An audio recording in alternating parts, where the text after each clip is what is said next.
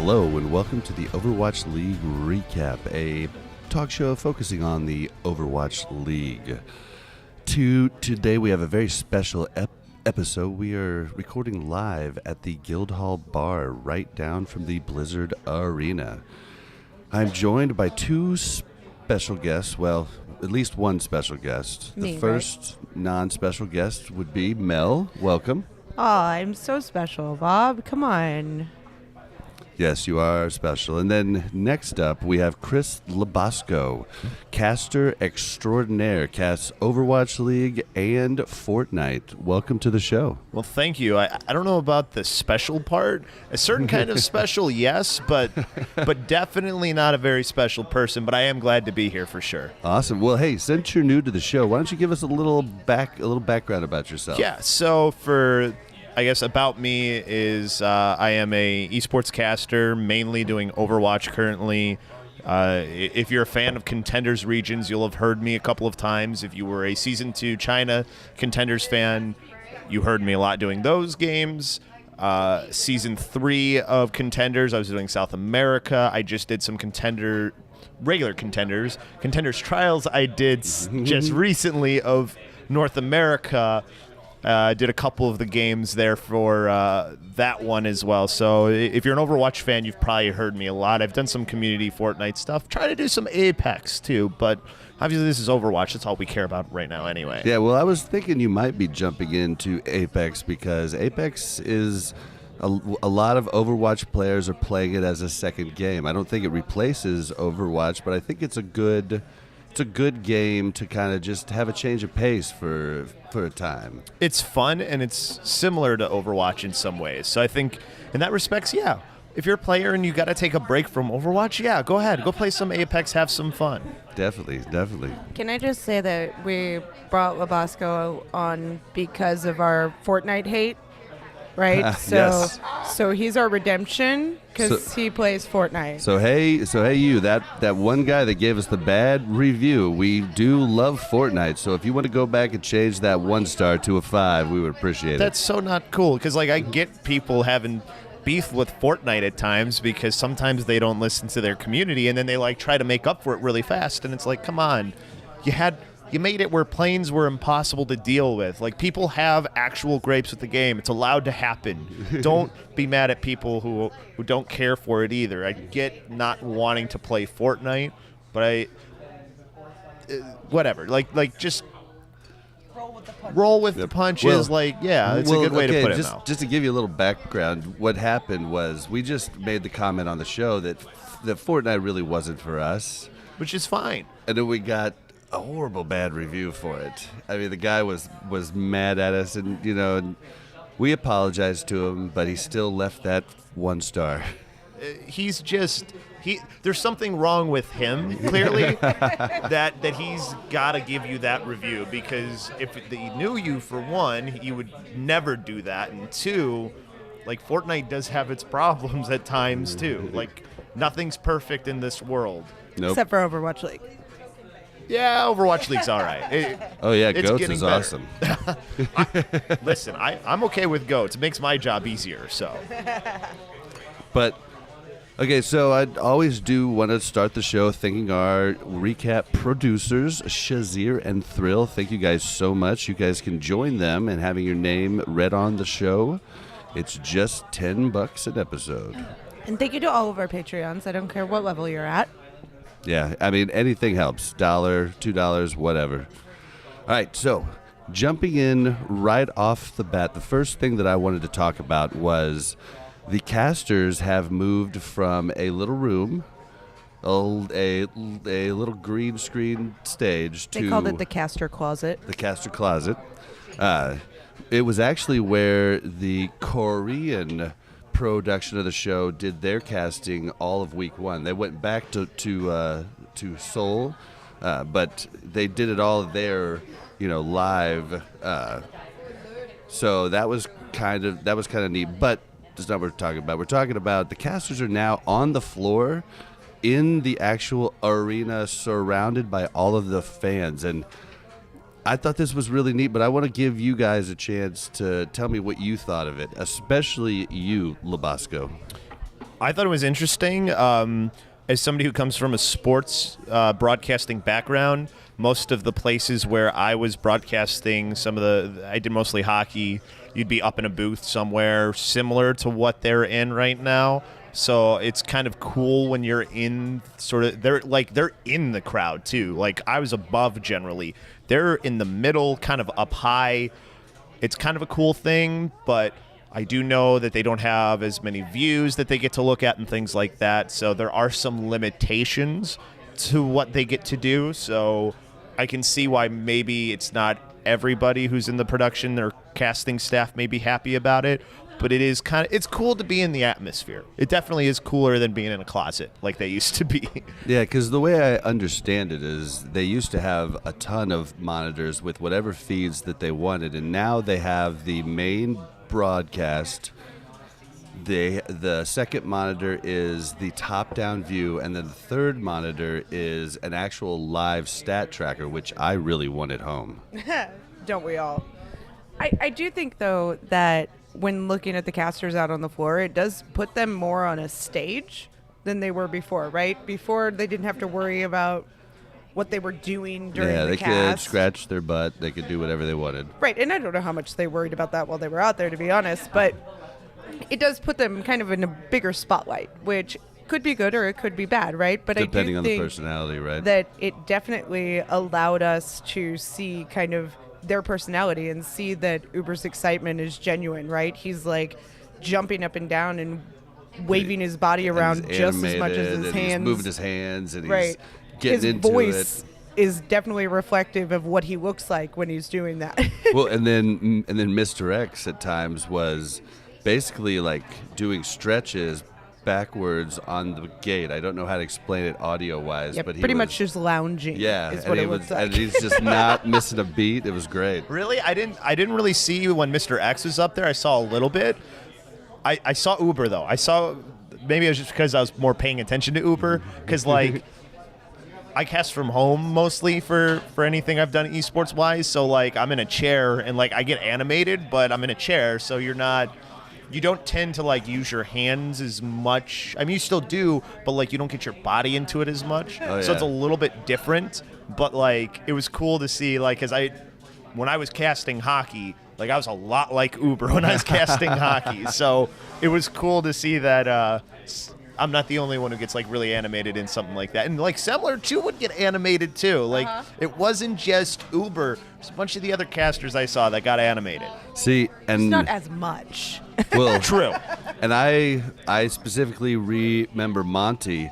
Monty was definitely animated, but it was more like ballet. It was like very Poised animation. Yes, this is this and this is that, and the hand moving across your chest slowly. I don't know how to explain it, but it was awesome to see the different styles. So you're saying it, like, fit the Monty, like, persona, Yes, sort of? it definitely fit the Monty persona. Oh, God. And yeah, I mean, it's just really neat. And I got to talk to a couple of them, because one thing I did worry about is they're when they're talking to the camera during the breaks, they're looking right at the crowd. And I thought, does that distract you? And they all pretty much had, like, I talked to like 3 of them, but they all pretty much had the same answer, which was, once you're in it, and, like, everything else just kind of fades away. It's kind of like just playing a sport in a stadium, too.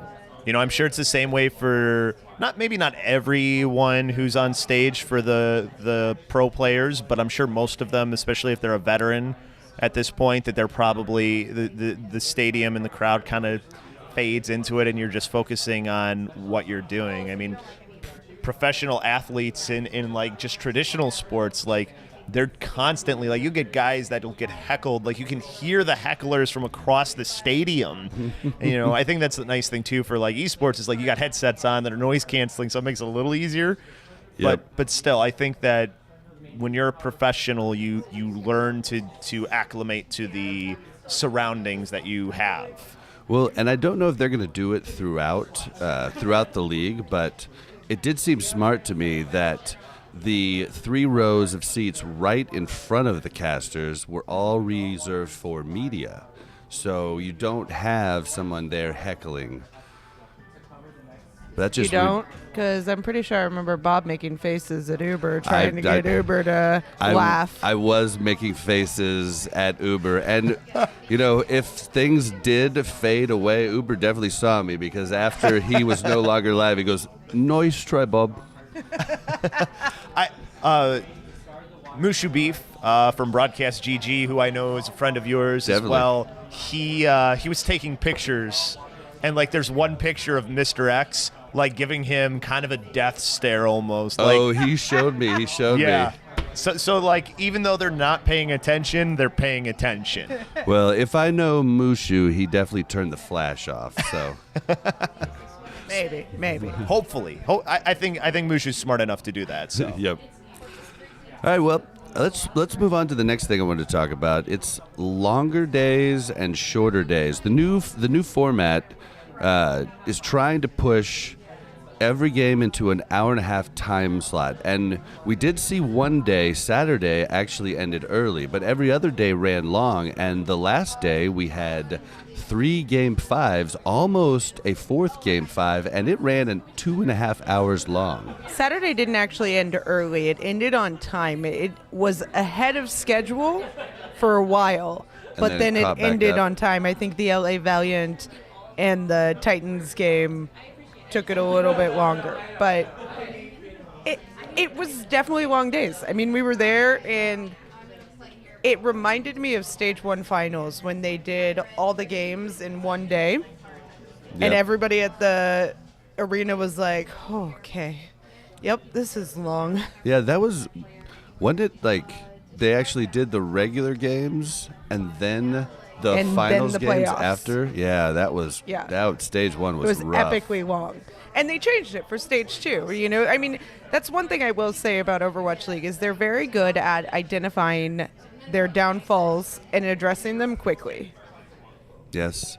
I believe that a lot of that falls on Nate. I think Nate is really intuitive, and after talking with him last night for a long time, I realized the guy is just a genius, and he really wants the league to do good, and he's trying everything he can. He's listening to everyone, whether you think he's listening to you or not, he is. Yeah, I mean, he even listened to a Faramane last night talk my about gosh, buffing yeah, Farah. that kid that came up, it was hilarious. He came up and asked him to change Farah to be like Junkrat, where the missiles don't hit. And I thought Nate was going to be like, what are you talking about? But instead, Nate goes, all right, man, you've made a good point. I will see what I can do. And then he shook his hand, and the kid couldn't get into the bar because he was 19, but he was so happy that Nate talked to him. Can we talk about Nate's first comment, though? Because the Faramane was talking about something about how, the changes that they made make it a lot harder because she doesn't do as much AoE damage. And Nate's like, maybe you just need to get better aim, dude. I was like, such a Nate comment. That's amazing, though. The fact that he's gonna, he's gonna rib somebody like that and then listen to them. He didn't have to listen to that person. He could be like, yeah, whatever, and just kind of walked away if he really wanted to. I think it's super cool. That's the kind of commissioner you want to have for your league, right? You want somebody who's going to not only sort of be the face of your league, but also be somebody who's going to listen to the community of the league and try and make things better. I'm honestly curious to see what the feedback is, because obviously people at the games, it felt pretty long. This was my first Overwatch League experience myself going to the games. Oh, really? Okay. And it was a marathon of a day. It really definitely, was. Yeah, and we were doing media, so running around trying to get stuff set up for each interview and things whew. It's a lot. Yeah, and then the only thing that sucks when we come in town is that when we do media stuff, I don't think people realize is we have to miss the first half of the next game because we're in the back doing interviews. And so then we have to go back and watch it. It makes it for even a longer, time spent just ingesting all of the content. I have no doubt, and I feel like you probably watch things after the fact too. Yes, yeah. So it's you're watching things twice anyways, and it's that one time through is already going to be longer because you're missing part of it, and then you're watching part of it, and then you have to go back and watch the other part of it. It's kind of it's kind of gymnastics, I guess you guys are doing. Definitely. But I mean, it's fun. And I mean, it is a marathon of a day. But if anybody can ever make it out there, I definitely recommend it. But what do you guys think they're gonna? Do you think they're gonna stick with the hour-and-a-half time slot and try and shave time, or do you think they're going to actually change it? I don't think there's any time to shave. I think they're going to change it. I think they have to. I don't think there's any way around it.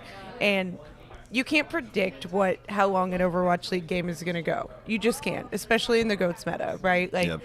And they shouldn't have put Volskaya in the map pool if they wanted hour-and-a-half games, right? Yeah, Because those go for an Voltaya. hour and a half.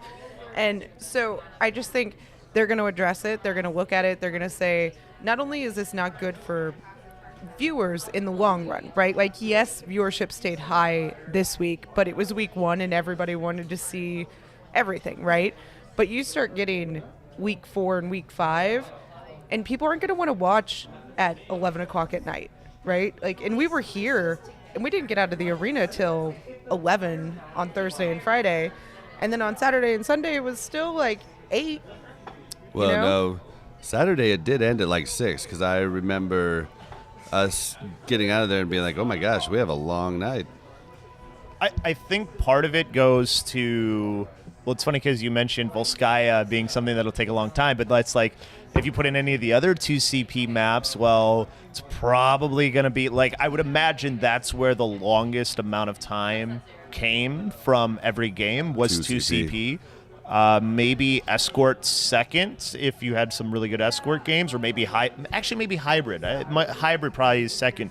Yep. But I think the other thing that if I'm the Overwatch League that I would be looking at is how many individual viewers did we have? Were we having people watch the entire day, or were people only watching specific teams for the stream? Because we know that the viewership was a pretty good average throughout, but was that all the same people, or was that people who were watching only for this team? Because if I'm a fan of the Spark and my game's an hour and 45 minutes or 2 hours, as a fan, that's fine because I'm only watching one team. But if I'm somebody watching the entire day, I'm not sitting at my computer for 6 hours, 8 hours, whatever it's going to be. So I think like that will be something that probably influences their decision more than what's happening to the people in the stadiums, which I'm sorry for people who go regularly to the Blizzard Arena, but that's probably Not about you. It's not about you, exactly. But I do think, too, like, what about people that are fans of the Spark that were supposed to play at 8 and didn't play till 11?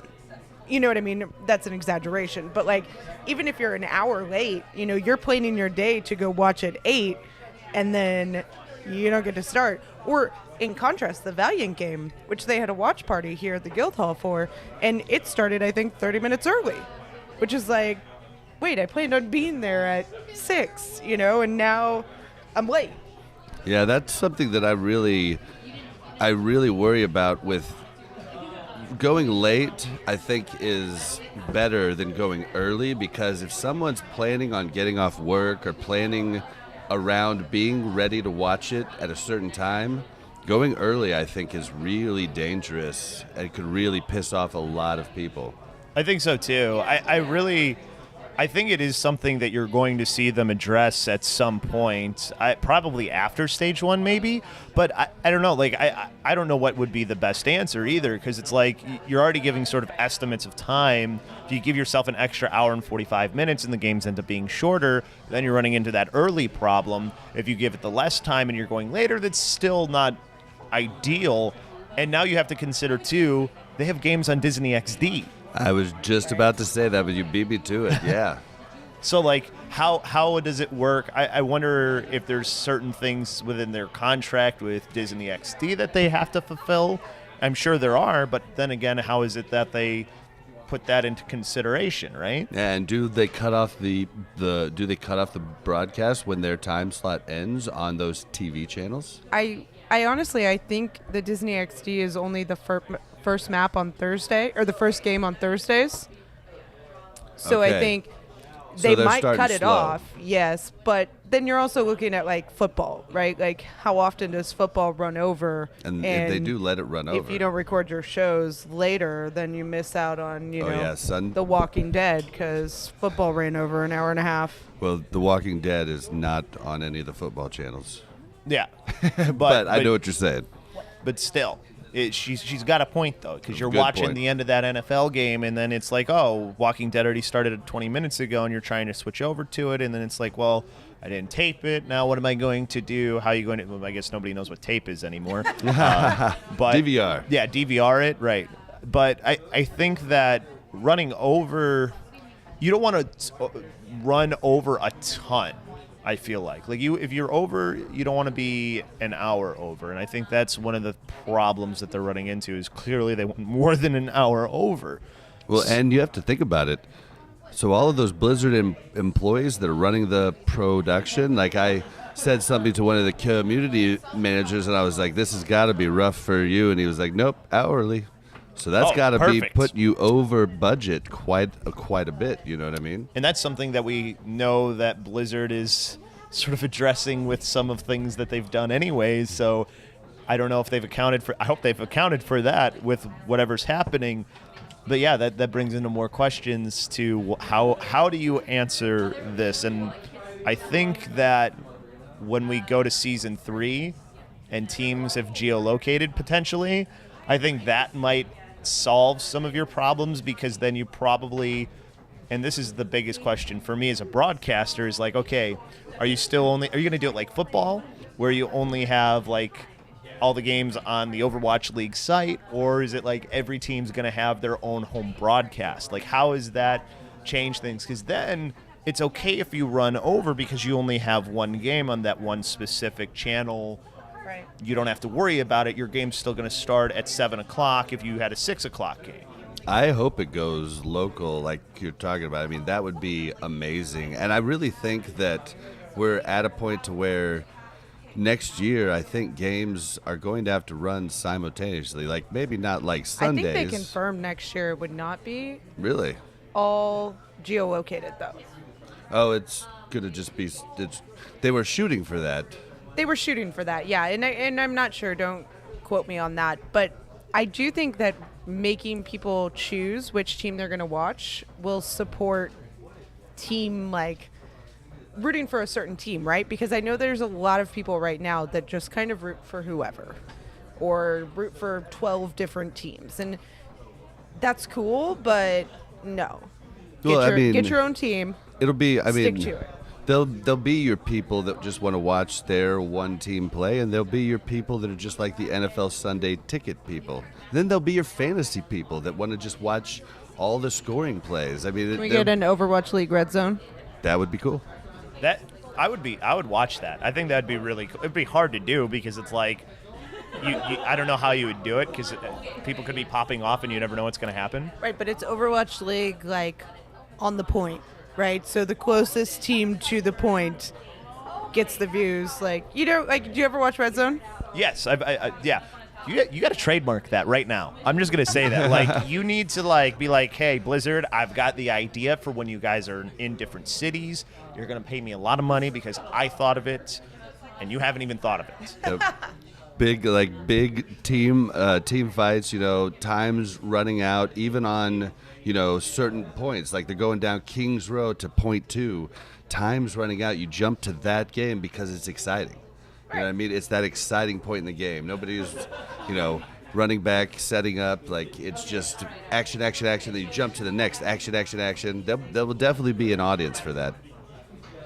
I'm on it, guys. I don't have those skills, but I'm on it. All right. Well, speaking of the idea person, though, that's the important thing.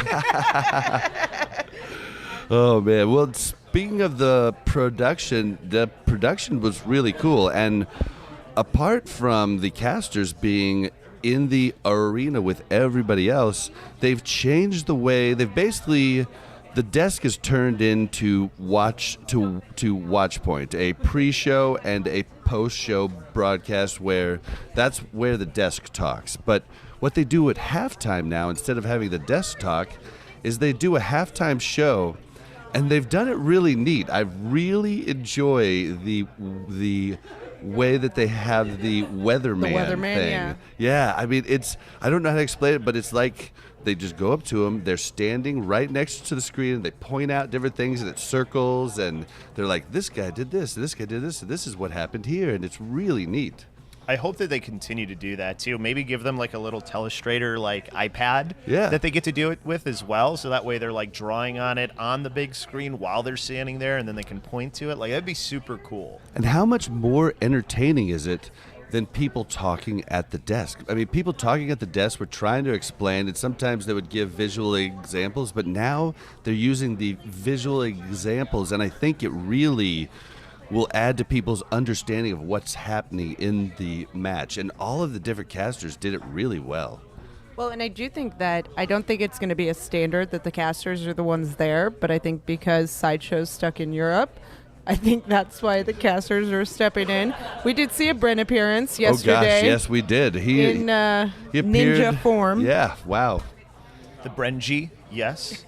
It was interesting. It was cool, his little breakdown that he got to do, though, too. And I'm excited to see when Sideshow gets back to what him and Bren end up doing with that, because I feel like that's something that those two will have a lot of fun with.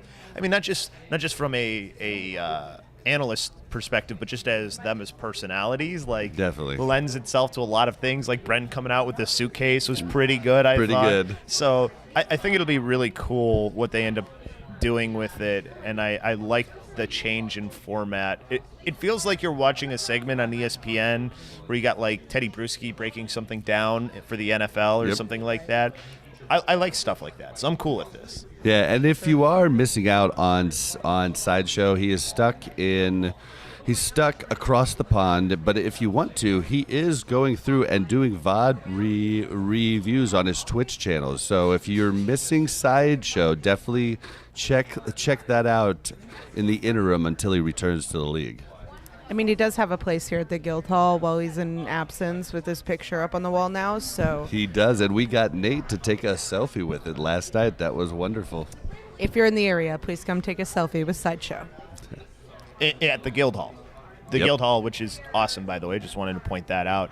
I mean, we are here recording the podcast, and it is wonderful. I'm watching Effects stream right now on the TV as we do this podcast. And I know this is an Overwatch League podcast, but can we talk about the fact that ESPN's coming in here to do a Mario Party competition? Yes, in about a half an hour, we're going to have to relocate to a different spot in the bar because it's going to get a little rowdy in here.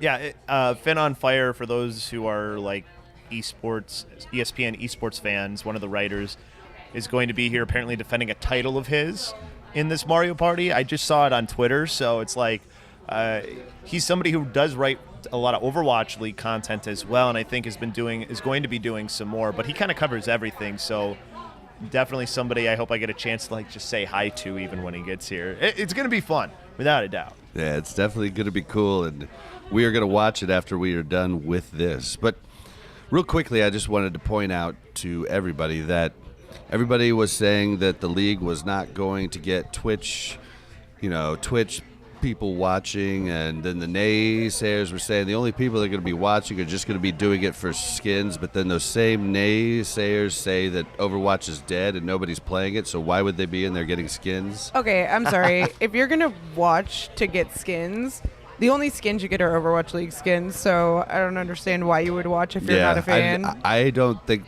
that's a good argument, but how just kind of as Overwatch content creators we all are, how relieved were you just to see how successful the day was, the week was? I mean, it never dropped below 150K, and it was oftentimes over 200K concurrent viewers, and I mean, that's just NA. That's not even talking about the huge jump they had over in China. I'm not sure, it's not Twitch over in China, but it's their local one that they switched it to. I forget the name of it, but yeah, that's pretty big, and like the Chinese numbers are always usually pretty good anyways, but if you're saying there's a jump in the Chinese numbers, that's awesome. That's what you want. That's part of, people wondered why there were so many Chinese teams that were added. Well, that's part of why. Because there's a lot of fans over there. There's a lot of people in China. That's a little bit that has to do with it. A lot of money, a lot of people. There was multiple reasons why China had the bigger expansion than Europe, whether people wanted that or not. And I know I have a lot of European friends through the casting world, and they weren't very happy with that Europe only got one team. But you kind of see why they did it now because of how popular the Chinese teams are. So, well, and they had to keep him in it after 0-40. You know what I mean? Like, Well, yeah, exactly. and if EU is upset, then I would like to point them towards South America and tell them that, it's Australia. Yeah, it's rough for a lot of people. Chicago. Sorry. There's a lot of places that really deserve more attention. South America, I'm glad you mentioned, because I was a South American Contenders caster. So, Yep, and I'm a big fan of what's Boop that? and Ham too. Yeah, I'm a big fan of Boop and Ham too, and they do a lot of that too. that's so. where Boop and Ham, they're North American now because they were so good, and deservedly so. So they don't get to do as much South American stuff now, but they were very big proponents of some of the guys who have gotten onto some of the academy teams. Alamung, who plays for Boston, was a South American Contenders player for a very long time on one of the best South American teams. So you're getting some of that talent to finally get there, but they don't have a team to really root for. Obviously, they're going to root for Alamung on Boston and Klaus, who's on Uprising Academy. Funny that it's Boston who's pulling players from all these different places. Maybe they have some good scouting or something, but It's the Moneyball strategy. yeah, I think so. I think you're right. But still, they're finding good players, clearly. And I think that's one thing that people need to realize, too, is there's still so much more out there as far as Overwatch, as far as communities, other than just NA, EU, Korea, China. So, And it does allow those players to get a chance in the spotlight, right? Like, they go to Boston, maybe they don't get paid as much as they deserve, but they're there for a year or two, and then they do get that big paycheck, and Boston's going to give them that chance. and other teams are going to see, hey, Boston got this guy from South America.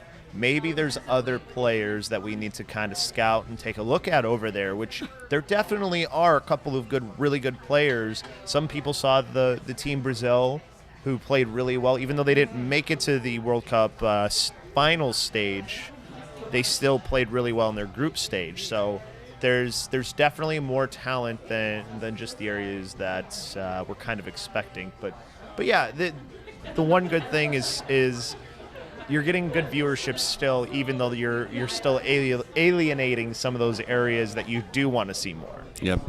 I think one of the coolest things about just being here in LA was not so much just the viewership on Twitch, but the acknowledgement from people in the area, right? So we were at the gas station across the street from the Burbank Arena, and some guy was like, we're wearing, our OWL gear.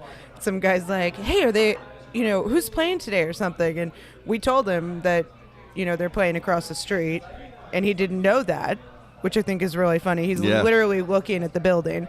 But he didn't know that. But he knew Overwatch League, right? And he said he was like, oh, I'm definitely going to check this out. Right. He's like, oh, man, well, that's so close. I should just get tickets. And I'm like, yeah, you should. And then we ran into people at lunch today, and we're just walking past, and they're like, hey, are there games on today? So it's these people that aren't really following the scene that understand that Overwatch League is a cool thing and understand that it's something to be interested in, right? And those are the ones that you're trying to get, right? Yep. The dedicated, devoted Twitch followers, we love you, but you're there already. To expand the audience, you need They're to get trying to get the those casual people. audience. And the Right. casual audience is probably only going to get into one team, and they'll make time to watch that one team. That's is my fine. guess. Oh, yeah, that's totally fine. Right, and that kind of goes back to what I was saying earlier. Like, obviously I don't have access to the data, but I'd love to see how many individual viewers they had over the course of each day, and if people were watching just all the games or one of the games, because I think that's going to sort of gear what you decide to do if you're the Overwatch League 2 more than anything else. Is like, okay, we're getting this many people, but it's all day, so maybe we need to change something else so they don't get bored. Or if you're getting a lot of people and they're there for a specific game, it's like, okay, these are the games people really want to see. Let's make sure that we make that happen. Right. It's going to really change what they decide to do strategically. But it is cool that people are recognizing things in areas that you would never think that they would. Like, Sunday.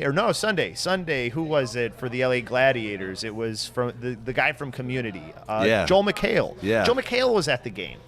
I was like, why is Joel McHale here? like, are you kidding me? Like, I couldn't believe it. Yeah, and he was like, so I've been here a few times, but it was for the Tonight Show with Jay Leno, and looks quite a bit different now. And I also loved how he was a Gladiators fan, and the Gladiators fans get rowdy. So he started doing the shields up. They did shields up, shields up, shields up, and then he turned around and quickly said to the San Francisco fans, "Does San Francisco have a catchphrase?" That's what I thought. It was great. He didn't even give him a chance to answer. It was really, really good. I thought Malik also just did an awesome job with the interview, too. Like, he's like, man, you have so much power right now. You know, like, he just kind of, like, built. And Joel McHale played into it, too, so it was just perfect. Yeah, that was awesome.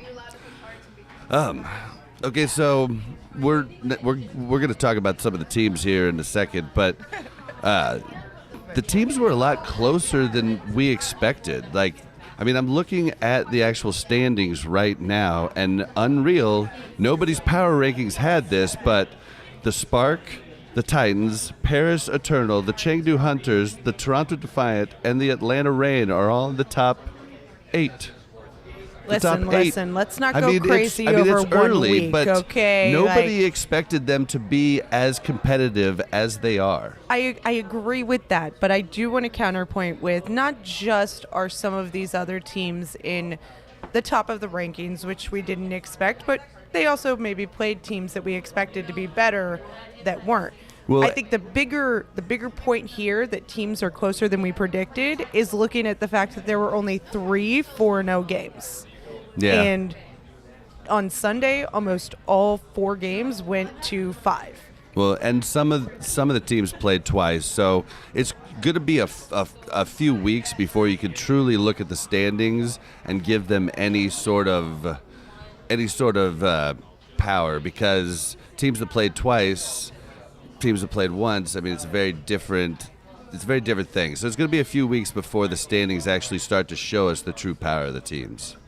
I think you're right, but I think some things have kind of stood out more than others. I think for me, Philly was a team that I wasn't sure of how they were going to handle the GOATS meta, and I don't think they're handling it well yet. I think that they have the ability to play it really well, but they're a team that sort of, in my mind, isn't running it perfectly, but they're getting off on the fact that they have such talented players. I've always described them as scrappy. They are definitely scrappy. If it's a Koth map, I always feel like Philly's going to win. They always seem to find ways, and I think that's one of the cool things. That was more of a surprise for me. Now, some of us weren't surprised about teams like the Spark or Vancouver being really, really good. I called Vancouver and Spark. I thought Gouche was going to be really good, but I really just called a lot of the expansion teams lower because I just felt like they didn't have the experience coming in. Listen. I admitted I didn't know anything about the Tier 2 scenes, so I didn't rank them high at all. But I will say, Paris also played, Shanghai? And, Paris played Spitfire. It was Spark that played Shanghai Dragons and Valiant. Okay, Valiant was a good game, but I don't know. We'll see. We'll see how it goes. Week 1 was closer than expected in a lot of games. There was a lot of 3-2s that people expected to go very solidly one way or the other, and I think that's the point here, right? I think that's good for the league all around. Definitely. I think what people need to most look at is somebody who spends a lot of time in Tier 2 Overwatch and the contender scene is like the contenders teams all had a lot more time running these compositions, and that's all they've really been practicing for 6-8 months. So that's why you're seeing Vancouver particularly, who has gone through that gauntlet of the Korean contenders, where that's all that they've really been running. And same thing with Paris, where you have guys like Ben Best and some of the other players on Paris who came from one of the most successful EU contenders teams in Eagle Gaming. Like, they know how this meta works. And sure, the meta is shifting here a little bit. We saw, I think, every single hero get played week 1, which was awesome, by the way. Yeah. But but like the base composition we saw every team play was Zen Goats. So the teams that had the best grasp of that were the teams that I think looked the best and gave some of the best results. And it's a matter of how the other team's going to catch up. Although I'm a little disappointed because I thought teams would be a little bit closer as far as that was concerned. Well, you talked about goats, and that actually brings me to my next talking point is that, like we thought, goats is definitely the mainstay. But something we did notice is that, honestly, the goats meta is a more diverse meta than the dive meta ever was. The dive meta was a constant same 6 characters over and over again, whereas goats has been swapping out all kinds of different heroes. Sometimes even Torb, the friend, Or Symmetra. or Symmetra. But I think one of the biggest things there is, yes, they're swapping, but they're swapping for a short amount of time and then they're going back to goats, which Yep. I don't think is awful because it still does allow us to see more players played. Now, it also requires players to be very flexible, and you'll see things where you have different players playing.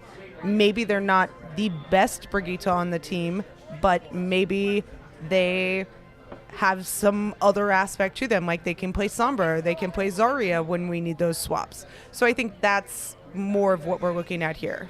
I think another consideration, too, is that Goats doesn't work on every map or in every specific part of a map. I think a good example of that is Numbani, which we saw a lot of this week because it was in the map pool here for Stage 1 and it was played a lot. So Numbani first point, there's a lot of high ground.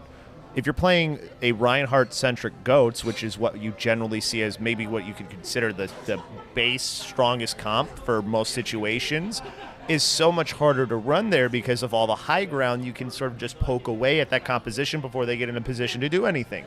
That's why you saw a lot of Winston on first point Numbani. But as the map progresses, second point, you would see some teams will switch to the Reinhardt because third point is where Reinhardt Goats is the strongest. So it's we've heard this before, and I think we see it even more now, and that's part of what it is things are becoming more map-centric than meta-centric. Not that the meta doesn't play into it, but where you go will determine on what you think is strongest in certain situations. And we definitely talked to Linkser about that after the Outlaws game, and he stated that he was really excited, kind of, that things were becoming more map-oriented than more just solid meta on every map, right? And I think that's the ideal thing for a league, right? You get maps that you can sub in certain players. It allows for larger teams because they're still going to get playtime because they're going to practice certain maps, and certain maps need different compositions. And yes, you still have to be flexible because you're going to run Winston Goats on point 1 and Ryan Goats on point 2, right? But we saw that a lot. But how many, I'm taking notes because we're going to the press conferences afterwards, so I want to jog my memory. But I'm sitting here writing Winston Goats, Ryan Goats, Sombra Goats, Moira Goats, and I'm like, oh my gosh, okay. There's so many different variations of Goats right now that it is fun and exciting, but at some point, they 99% of the time switch back to Ryan Zen Goats. Right, because it is definitely the one that has the most versatility of any of the compositions. But again, there are ways where it doesn't work in certain spots, and it is still going to be your fallback, which is fine. And if you're a player anyways, and if you're trying to get in the Overwatch League, and you're like a DPS player, for example, you better be able to play Brigitte, or you're not going to make it into the Overwatch League right now. Or Zarya. Oh, Zarya, yes, exactly. So you can't just be able to play one player, but if you do have specialties like you saw, there is certain maps and certain opportunities where it's going to work out. And that's still something, and like you said, it means that you can be sort of a more specialized role and get yourself a spot if you're just that good. So these things are really good for the league, and it also makes things a little bit more interesting. And, there's so many names, too. Goats, moats, floats, Dotes. horse goats, dotes, yep. Mick Goats. Yeah. And to be honest, I don't know what any of those are. It's okay. Nobody does. Okay. It's like trying to remember what formations are in football. Like, you hear the broadcasters say single back formation, but how many people actually know what that is? Or I formation, pistol formation? Like, for me, I want the casters. I hate that they're making the casters say 3-3. It's like, just let them say goats. Like, most people understand that. Like, Because that's what you're seeing in the forums or in the, articles that you're reading. You're seeing goats, right? But it is deceiving because goats isn't the same to everybody, right? Like, people start calling Zen goats, but goats started as Moira goats, and now sometimes there's Anna goats, and so I do think, but I think goats in general just has a negative connotation to the community, so they're trying to avoid the word. I think you're right. Yeah. And I think, like you talked about in football, single back formation, but the single back formation can be single back 2 tight end, 2 wide out, single back 3 wide out, 1 tight end, single back 4 wide. I mean, and maybe they should start looking into a way to classify the classes and actually just say main tanks. I don't even know, but whoever can start thinking of that and thinking of a system that would make it easier for casters, I mean, you could probably sell that. I think it's easy. Like, just like you said, single back. So we're on solo heal, or we're on 3-3, or we're on 2-2-2, or, I think that's the easiest way to classify it, right? But I think we do that. Double sniper. Goats is just basically 3-3 right now. And I think here's something to consider for football, too. The way that certain, formations and different things get names is always different. Just sort of like, how did Goats get its name? It's from a team called Goats. Yep. That's how it became Goats.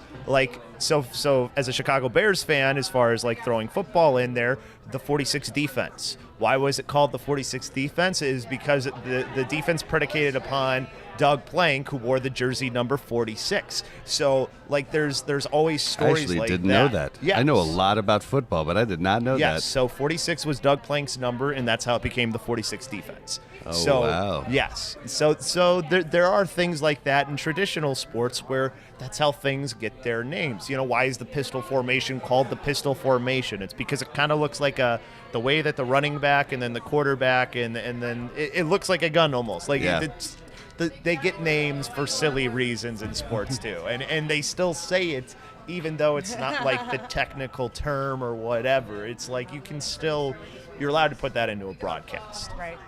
Yeah, that's cool. I'm a proponent of pushing for things like that in broadcasts.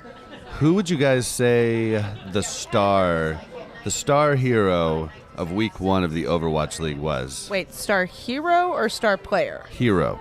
Zarya. Yeah, Zarya. I think it was a couple players. You only get one. If I only get one, that's tough. No, character. Right. I know, because I feel like Zarya was it a lot, but then you look at New York and it was Jonak on Zen. Yeah, but No, Jonak's you an only get outlier, one, right? though. You You only get You one. can't judge the character off of Jonak. True. I'd probably have to say Zarya too. I think she was one of the most important throughout all the teams. I think she was one of the most important, Or Diva. but the one that I saw that was the most impactful in many games was Sombra.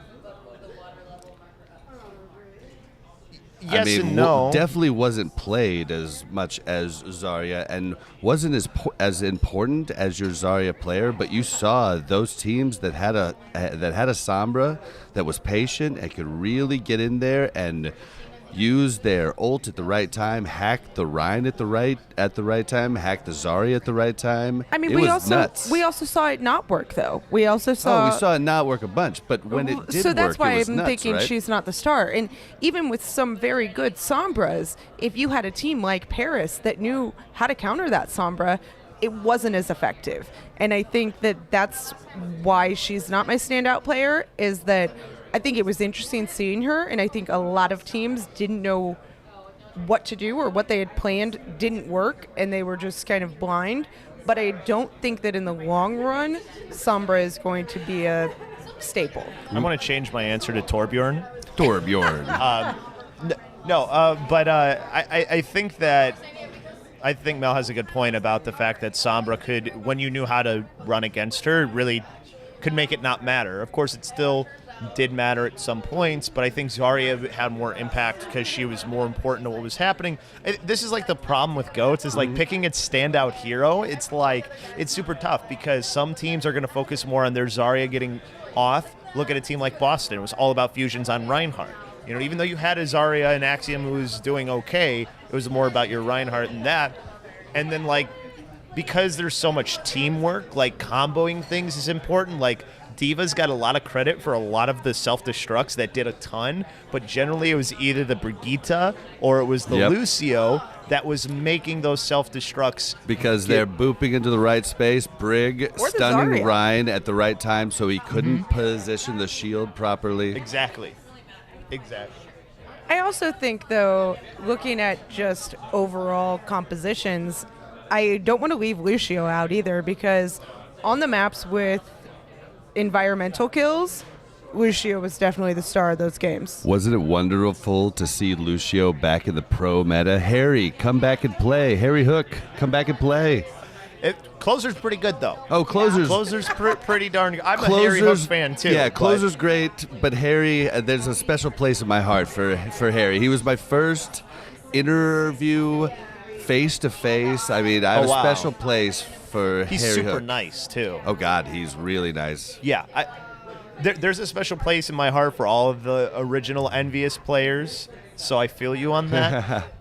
But I want them to win, too, so, like, I get, like, I'm not saying Harry's a bad player. I just get that Closer has a little bit more experience in what's being run right now. And you could probably argue that Closer's Mercy, if needed to be played, is probably better. Oh, yeah, that's the big one. Just ask the Houston Outlaws. That doesn't really matter. But I guarantee you Harry's Soldier's better. I'm just and saying, his Reaper. Boink's Mercy is god-awful. And we haven't got to see him play it a bunch this season, though, yet. Maybe he's been practicing. Okay. It was just so bad last year. Every time they put him on control, he ran Lucio one map, and then he was on Mercy. And I'm like, that's not it, guys. That's not going to win you the game. But it was nice seeing Boink on Lucio. He's fine. Yep, Boink. He's not on my crap list as much this season as he was last year. Boink was boinking some people off. Still a better Mercy than Sideshow, though. So he's got that going for him. I mean, everybody's a better Mercy than Sideshow. Come on. But I mean, Sideshow and his Zen, I mean, come on. Popping off. Only if it's paired with Bringy. Only if it's in gold, right? Yeah, exactly. My Zen's pretty good in gold, okay? Sideshow is a friend of the show. We love you. We are just trolling. I have seen you play great plenty. I haven't seen it.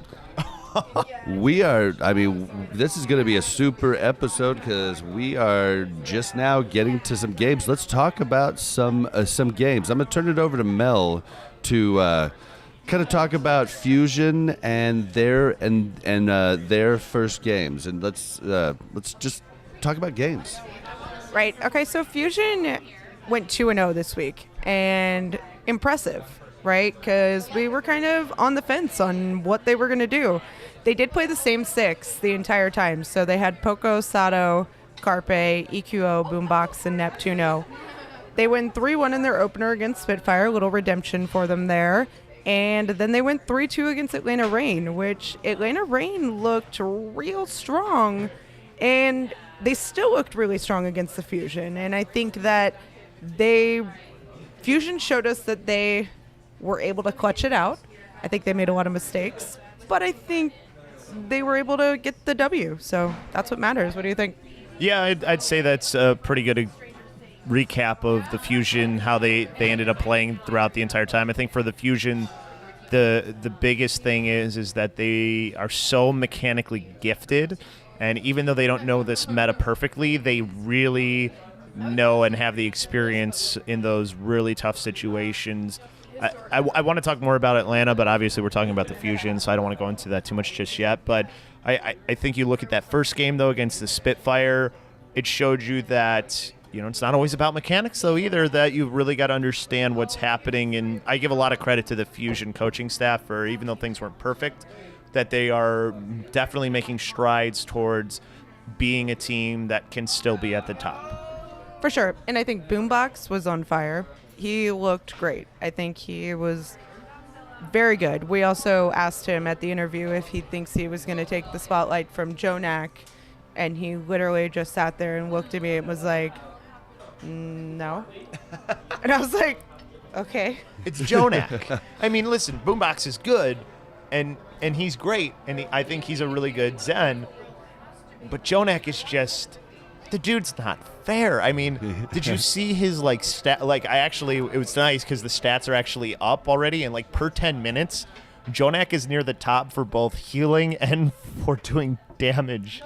It's insane. Which is different from last year because he was definitely one of the lower ones on healing, but that was in the dive meta. I'm guessing where he's getting those big heal stats now is using his transcendence, because before he'd use it to live, now he's using it to heal a bunch of tanks. Well, and also now there's just not as much healing coming out from Arc, right? Before it was Jonak, and then Arc could heal the whole team.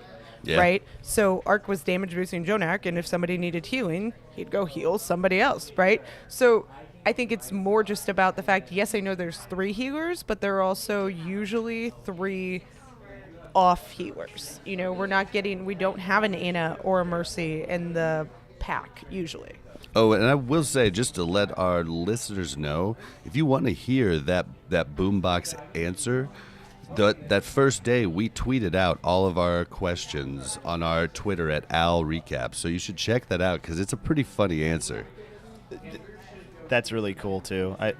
The other thing too about just to add on to the fact about how GOATS works and why you're seeing such good healing stats from some Zens is because, like you said, Transcendence. But you have to think of who you're healing in that Transcendence and when you're using that Transcendence. So generally, the Transcendence, it's a rule of thumb that you keep it for the grab, the Zarya grab, right? So generally, you're getting a lot of damage that gets thrown into that. So even if your Transcendence doesn't necessarily keep everybody alive, it's still going to be doing a lot of healing throughout because of how much damage gets thrown into the grabs now in GOATs. And the other thing too is that the other time you're going to see trans get used is when they know the Zarya doesn't have grab, and then you can be aggressive. So then you're taking a lot of damage because your Reinhardt is not using his shield. He's swinging like a madman while his Lucio boosts him right into the other team. And I think that goes a little bit back to why Sombra was most effective in a lot of these comps too, is because Sombra wasn't as effective in a dive meta because all the characters are so spread apart, right? Sombra goes and blows her EMP on a GOATS meta, and they're literally all standing right there. They're all getting EMP'd. You're seeing 5-6 EMP targets, and then you've got a Diva Bomb to blow them all up, So I think that's a big thing, too. I thought it was interesting when they played the Rain, their second game of the week.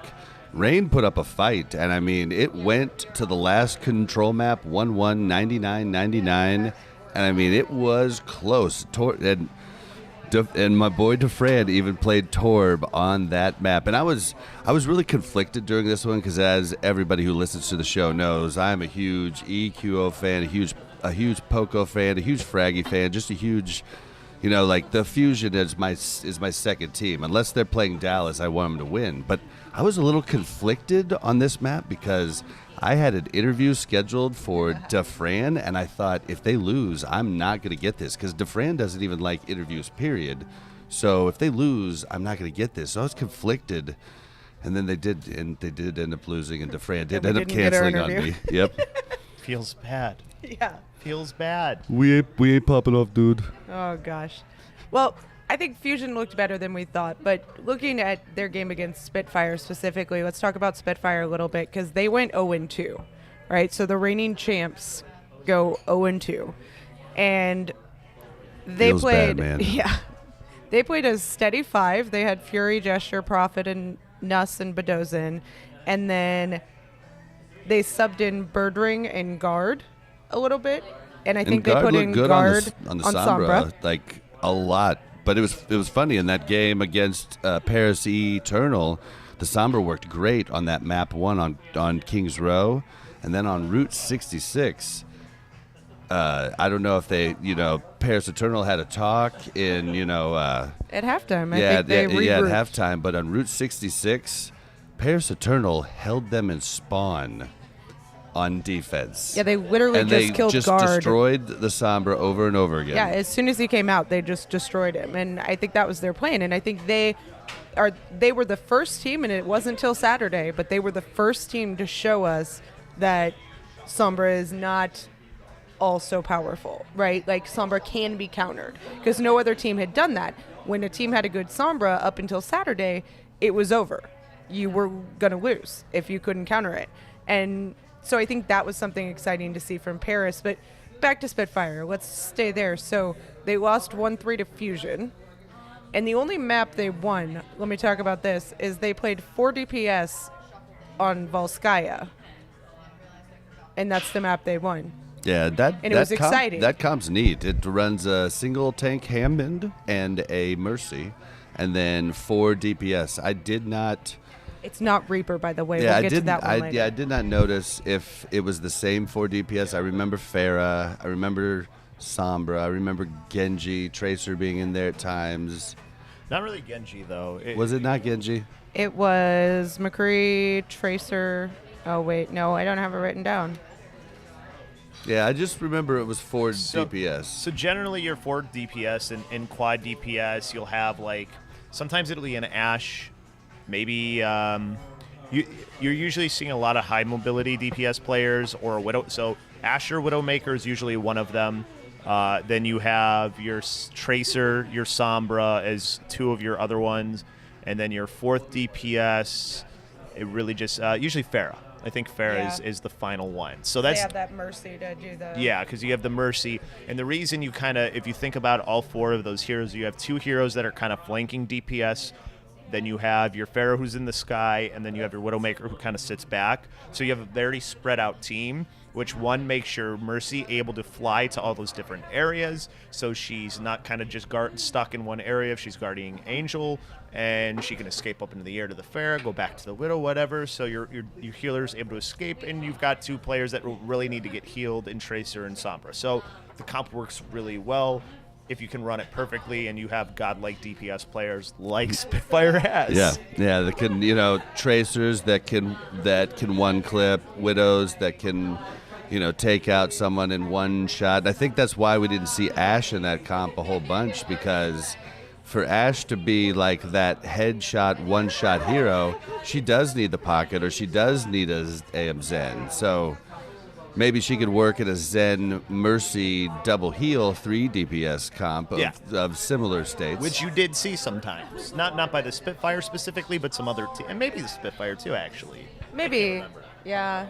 They ran a lot, and I think they always defaulted back to Goats, just like everybody did. But I think they really got stuck against Paris when they thought they had it with the Sombra. And then that last map, I forget what they were on, Route 66? Is that the one that it didn't work on? Yeah. It worked on Kings Row and not Route 66, and I think they didn't know what to do then. They didn't make adjustments because they didn't think that the Eternal was going to make the adjustments to counter guard, and then they were just kind of all over the place. Yeah, I think they definitely weren't prepared and didn't know what to do at that point, because Paris, like, why don't we talk about Paris? Because you just brought it up. Let's talk about Paris. Paris didn't sub the entire time, and they literally ran Goats the entirety of their time here in week 1. Can I talk about the fact that I think their whole regionalization thing was a scam? Oh, well, hold on here. Yeah, Paris is 1-0 though.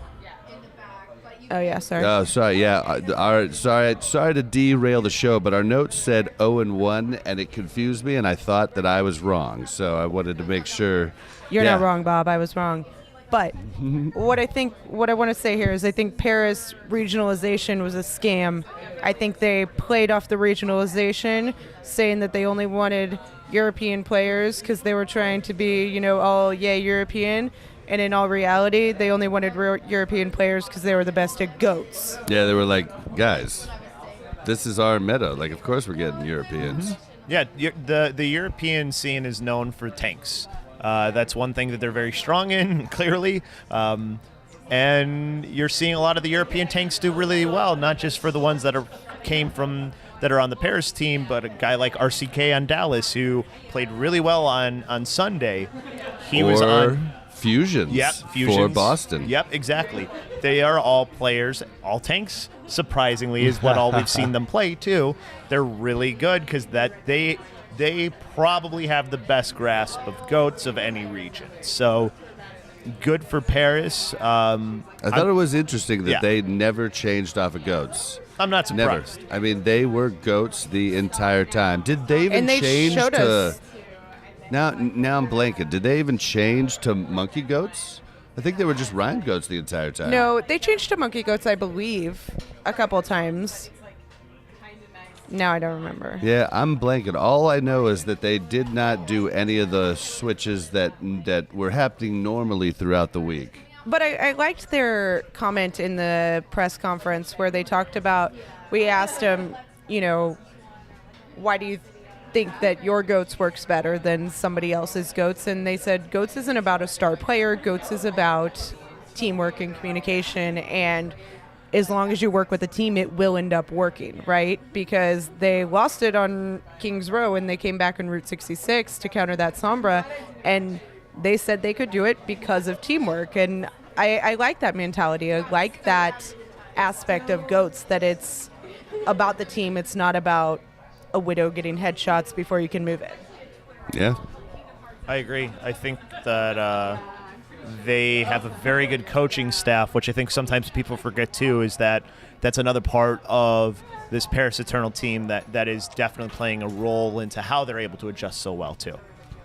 Yeah, a lot of people forget about the coaches because, you have coaches like Arrow and Jane that are good with being in the spotlight, but I bet you half of the Houston's fans can't even tell you who their coach is.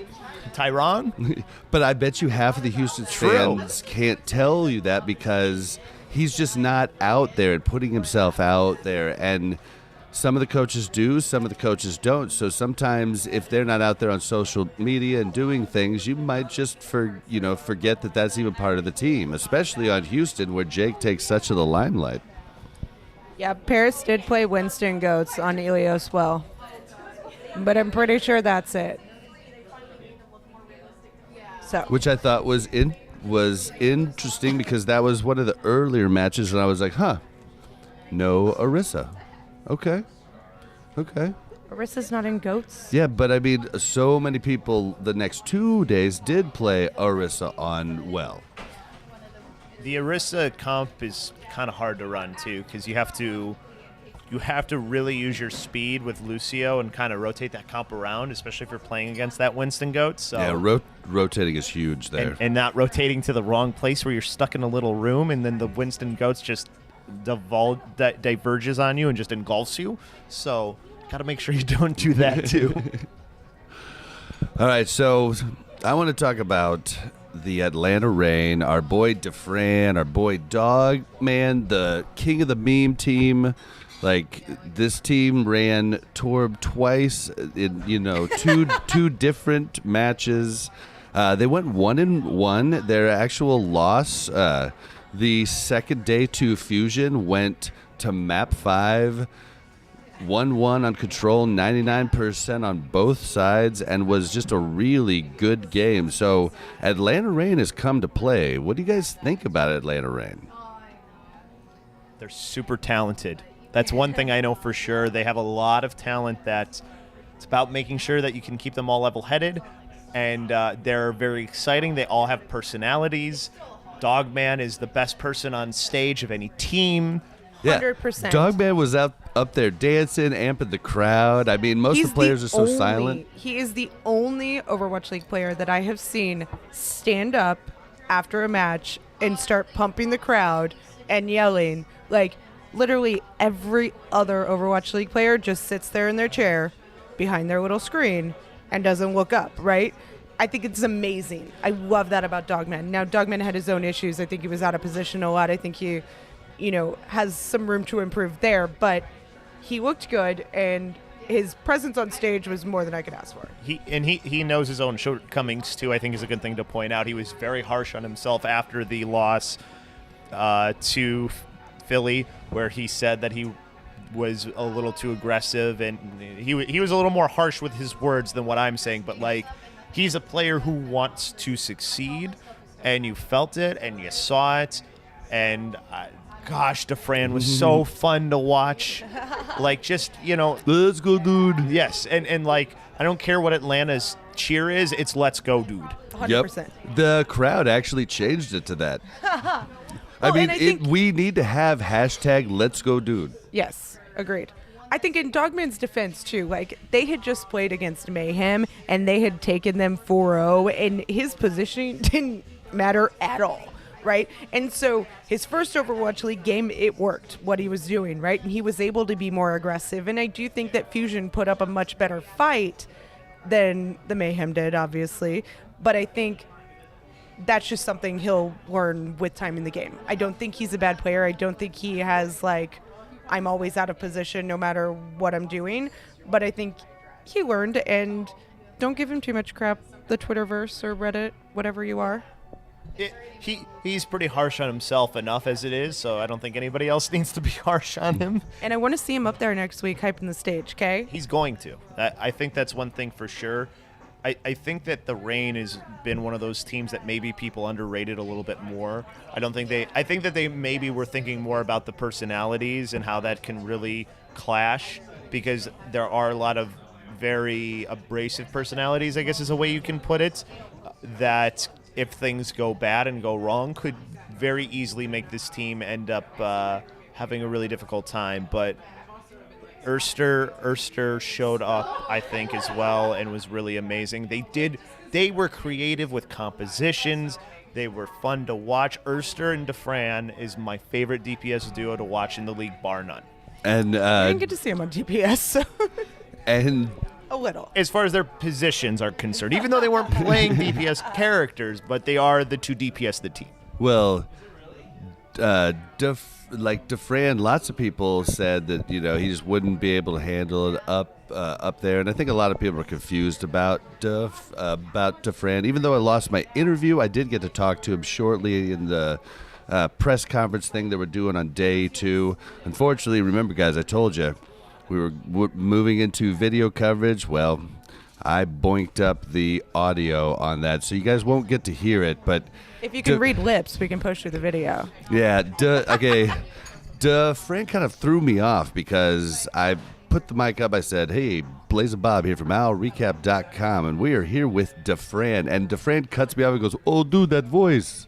And then he just had me like uncomfortable the whole time afterwards, because I am a big fan, and when you're there with the person, you want to make them feel comfortable, and DeFran was definitely not comfortable around media at all. And I was trying to make him comfortable, and then I got uncomfortable. And then So you're both uncomfortable. It was like something out of a George Costanza bit or something, I guess. Well, and then every time he would answer, because every media outlet got like 2 or 3 questions with him. And every time they would say, "Okay, thank you, DeFran, that's all I have," he'd be like, "All right, I'm out of here." Away. He'd start to walk away, and then the community manager would have to push him back on. He's like, no, you're not today. He's like, "Oh, dude, this is so weird."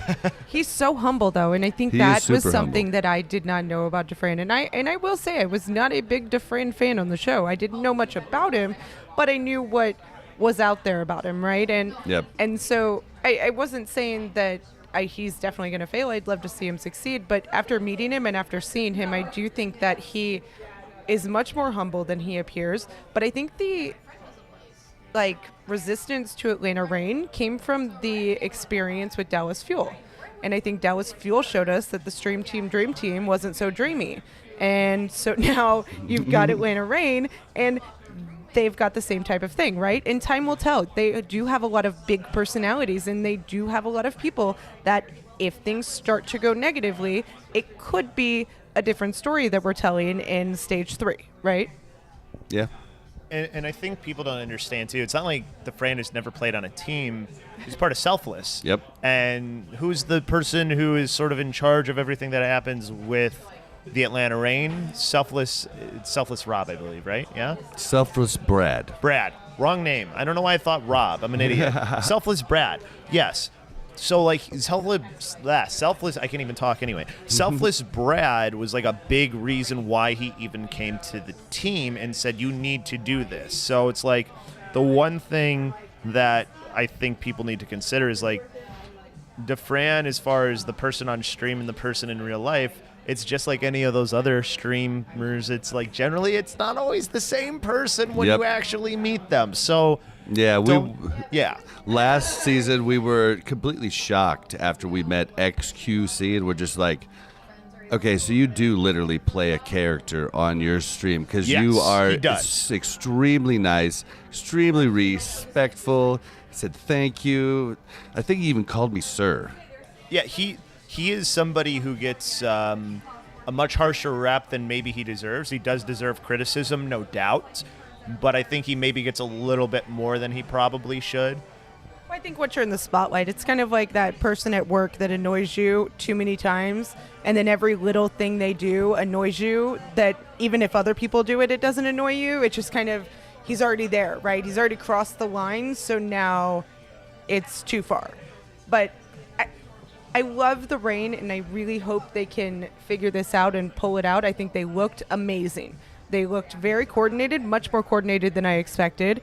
They played very well together. They played 9 players, I think. Yeah, 9 players total, which I think is great. I think that that's awesome. We saw Gator play day 1. It was against the Mayhem, so... Yeah, it was only about 12 minutes, right? Right. And then Kodak and I don't know how to say that name. And Lair. Nalair? Yep. Him. Naylor? I think That makes I don't sense. know, I've heard so many people say it different ways. He's a good player though. You saw him sort of be like they'd almost have like 3 DPS at times.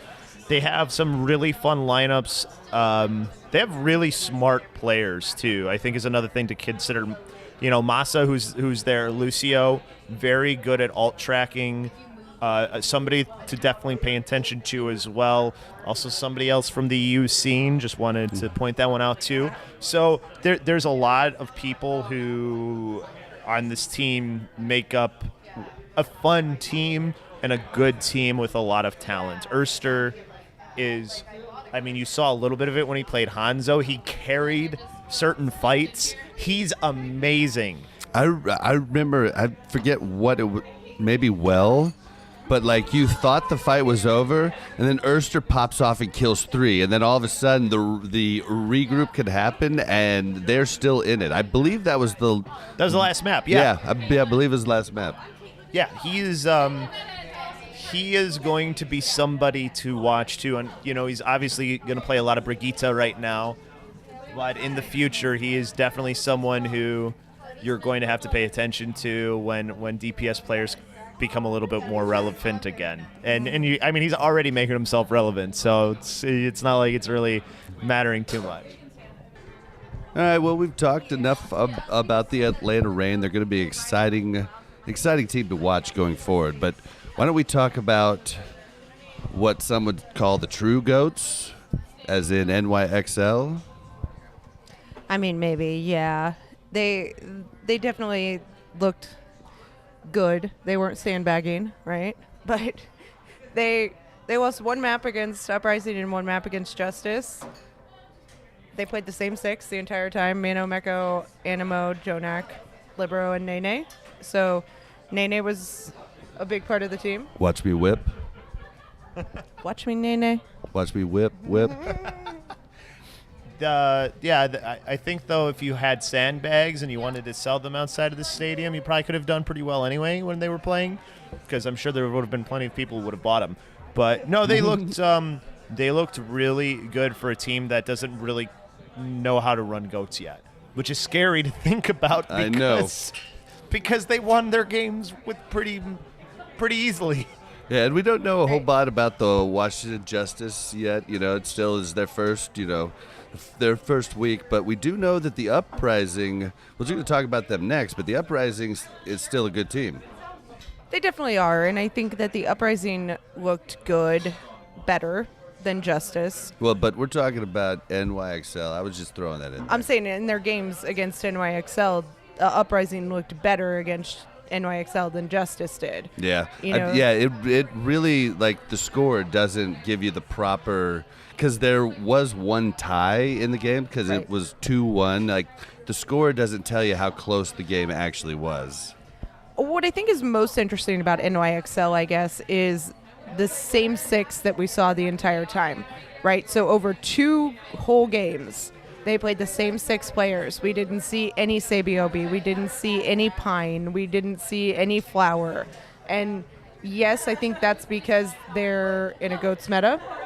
But at the same time, we saw a lot of other teams successfully swap out other DPS players, and we didn't see any of that from NYXL. Tell you, I was sad I didn't see Arc. I think the meta is sort of what's dictating this, and maybe this is what they think will give them the best GOATS composition as they continue to improve. So I think that's part of why these were the 6 that you saw.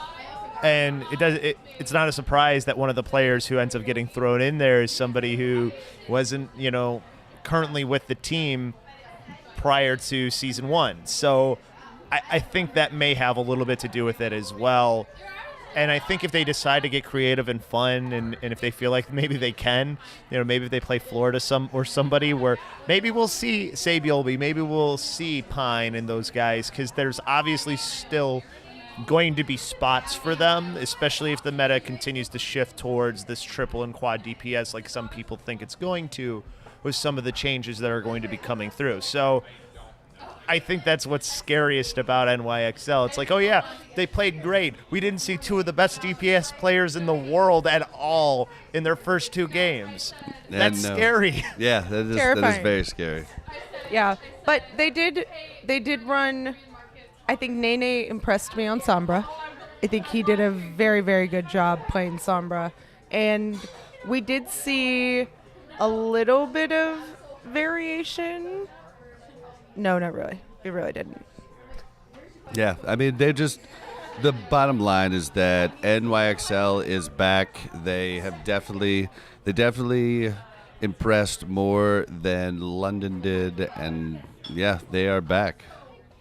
So why don't we talk about Moneyball and what is the Boston Uprising? And I mean, I just want to preface this to start it off with, it's the first time I got to see Huck in person, and oh my gosh, he really is the Bill Belichick of the Overwatch League. I mean, unreal, like so uncanny how close he was. Like, you see that his players like him, and maybe the players that left didn't like him, and they just didn't work with that kind of tough love type of coaching that we've heard that he does. But the other players, I mean, it seemed like they really respected him. If not liked him, they respected him. I thought you were going to talk about the Boston Fusions, because that was the team that really impressed me, or at least the player that impressed me was Fusions for sure. But Yep.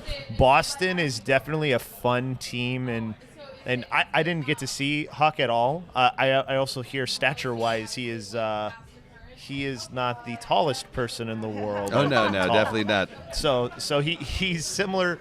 I don't think Belichick is a tall guy either. Nope. So I guess he has a lot more in common with him than although I don't think I think Belichick's American, Huck's sort of Canadian. So yeah, They both don't like to smile. Right, and being Canadian, I feel like, man, really letting down your country there. But whatever, they played fine. They lost one. They're 1-1, right? So they had a 5 main base. They had Axiom, Note, Blaze, Fusions, and Aim God. And then Kellix played most of the time, but they did sub in Alamo for like 28 minutes of gameplay, right? I think Fusions, yes, impressed me 100%. But Aim God also was looking real hot on that Zenyatta. Mm-hmm. Yep. Aim God was looking really good. And just the whole team played well. And you see why Huck was okay with trading Gamsu. I mean, now I will say Fusion's Monkey did not look good, but his Rhine is spot on.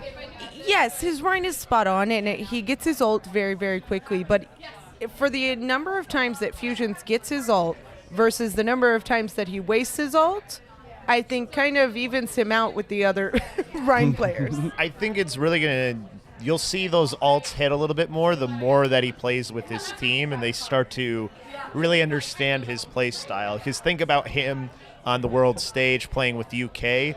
For as impressive as he's looking now, he looked really good on the world stage too. So I think that's more of, he's been with the team like 4 days now. Yeah. So give him a little bit of time for that one. But also, that man was hoarse. That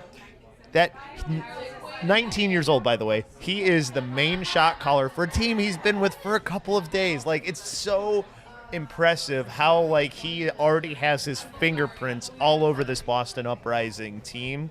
And it makes me excited to see how else he's going to gel with the rest of these players. Alamung, too, who we did get to see a decent amount of his Lucio.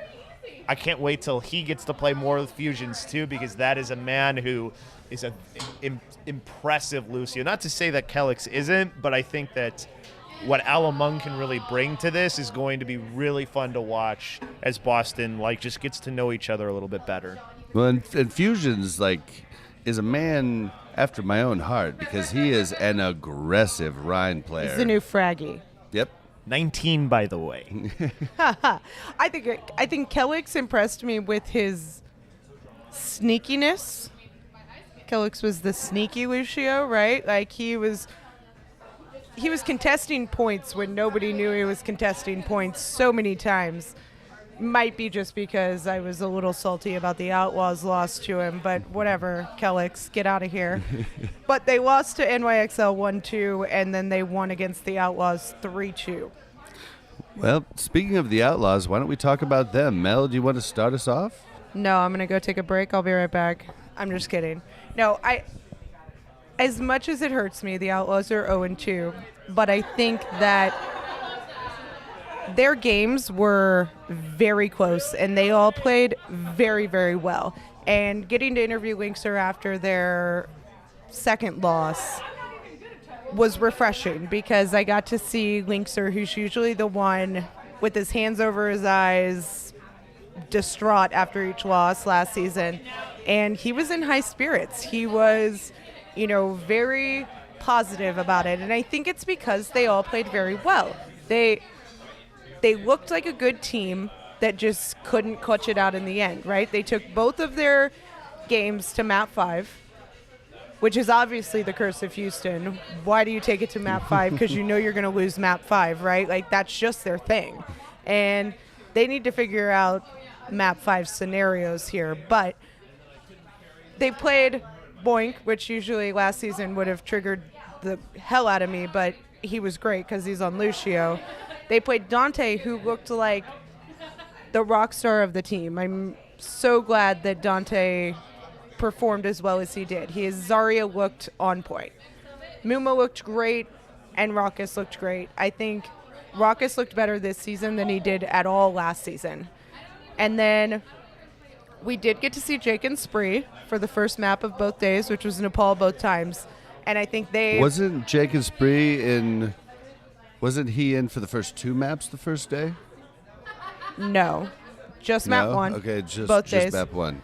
And then Cool Matt and Linkser came in and swapped out for the rest of the 4 maps for both days. Which I think's weird because Jake seemed like he was talking, and all of the games Jake was in were really good games. Well, and I think day 1 against Defiant, I think Jake looked like a 1,000-time better Brigitte than Linkser. But Linkser offered flexibility, right? I think day 2 against Boston, Linkser's Brigitte game went much higher, right? He was looking much better. Yeah, in Houston, I don't know. I'm still stuck on Boston for some reason. Houston definitely, I think, even in their goats, looked better as they went along. They're a team, I think, that has one of the longest ways to go. But they started to understand a little bit more of how they wanted to do things, and they started to get a little bit better. I think they still have a long ways to go. I think Linkser getting better at Brigitte is important. You want him to be a Brigitte player because he does offer you more flexibility as a DPS player. He's just so good as far as mechanics. So you want him in that role to switch off to the other things that you want him to potentially play. on certain maps, earlier, later, whatever it is. So I think the more time he gets, the better it's going to be for them. But I think the one thing that is most important and I think really good for Houston was two of the most important players in your GOATS composition are your Reinhardt and your Zarya. Muma, I thought, was one of the better tanks as far as the Reinhardts that I saw all week. Yep. And I think just Dante, just looking at his statistics, you can tell he was a good Zarya because he was getting 10,000 damage per 10 minutes, which puts him in the top 5. Puts him in the 5th spot, but that's what you need your Zarya to do is deal damage. So I think the more time together, they're going to be just fine. They're not. This 0-2 record is not indicative of what they're going to be. I think they're still middle of the pack somewhere, but they're going to be a team that's going to be potentially a playoff team. Well, and how good was the Dante pickup? I mean, you picked up a DPS that looks like he's going to be in every match. I mean, that was a huge pickup from San Francisco, and we haven't seen a whole lot of good Sombra play over from San Francisco. Yeah, well, San Francisco didn't need any more DPS, and Dante, commented on that in the press conference of, how was the transition? And he's like, well, there was 6 DPS on San Francisco, so I think I'm doing pretty good here, right? And I think for Dante, his Zarya looked outstanding, but his Sombra was amazing. And we did get to see a little Tracer, too, which, if you're a Houston Outlaws fan, we have not seen good Tracer from a Houston Outlaw. You have not. And now we have. You saw decent from Linkser, but not good. Okay, Jake had decent Tracer plays. I mean, yeah, for, Masters. His pulse bombs were really the thing that really made Jake stand out. Not in a good way, unfortunately. So, Jake did play really well, though, too. I think that's one thing to point out. You saw him in a role where he matters more and it's more important. He is a really good Pharah, and it's fun to watch him play Pharah and just with everything else he does. So it's without a doubt, I really like what I think that he's one of those players that you need to see in a little bit more maybe, though, too. As far as those intangibles go, it's a guy you want in there for those sort of reasons. I mean, watching him on the screen, because at the arena you can see their faces the whole time. Watching him on the screen, he's just constantly talking and strategizing and blah, blah, blah, blah, right? And you see him, giving fist bumps and high fives and hugs to the other players in between rounds. And that, I think, builds the team up so much that they're semi-missing when Jake's not in there. Not that I don't think the others can do things like that, but Jake just, come on, it's Jake, right? But I also think that one thing that's holding the Outlaws back is, I think, one, they tried to get creative in situations that they just needed to be solid, right? They tried okay, let's get the elephant in the room here, right? They ran Reaper Linkser Blossom on Volskaya, and let's say it didn't work out as planned. Obviously, that's what they all said, right? Mm-hmm. That it worked in scrims, it didn't work out as we had planned it. Well, obviously it didn't work out as you had planned it because you literally sat there and spent the entire time getting Blossom and then killed nobody with your Blossom. And when we asked Linkser about this, he said, well, Reaper's,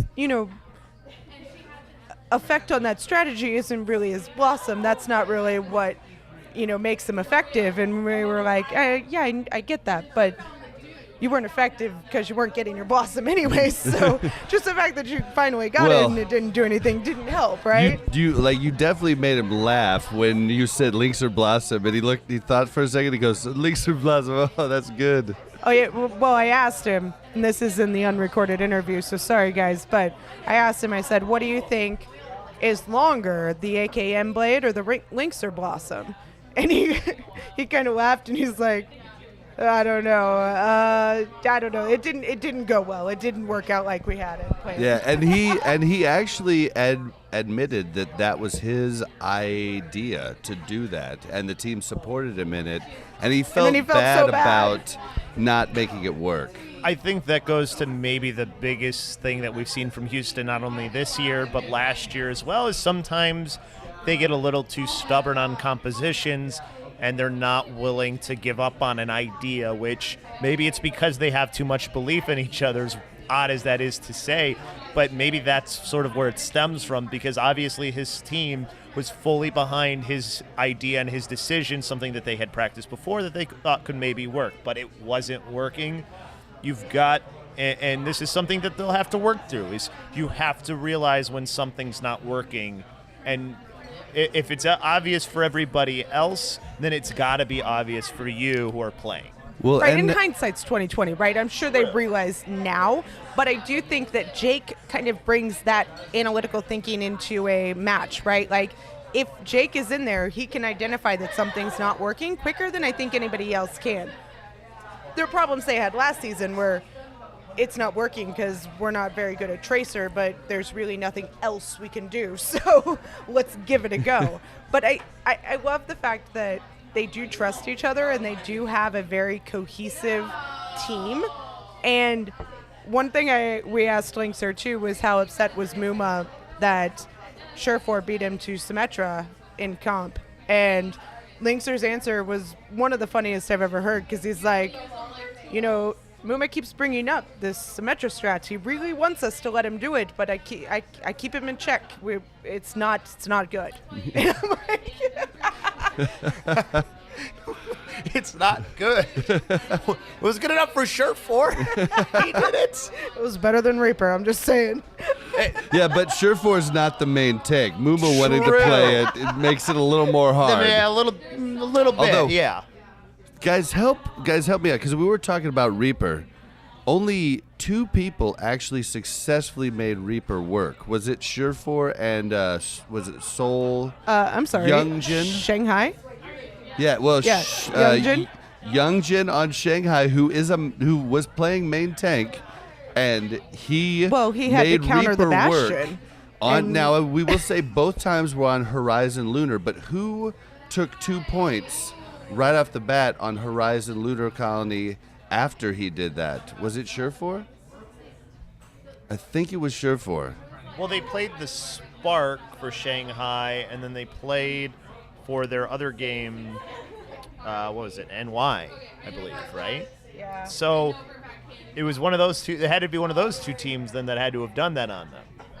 Yeah, and I can't remember who exactly it was, which game it was. I think it was Surefour that did that. But what I wanted to bring up is 2 teams did get Reaper to work on Horizon Lunar Colony specifically.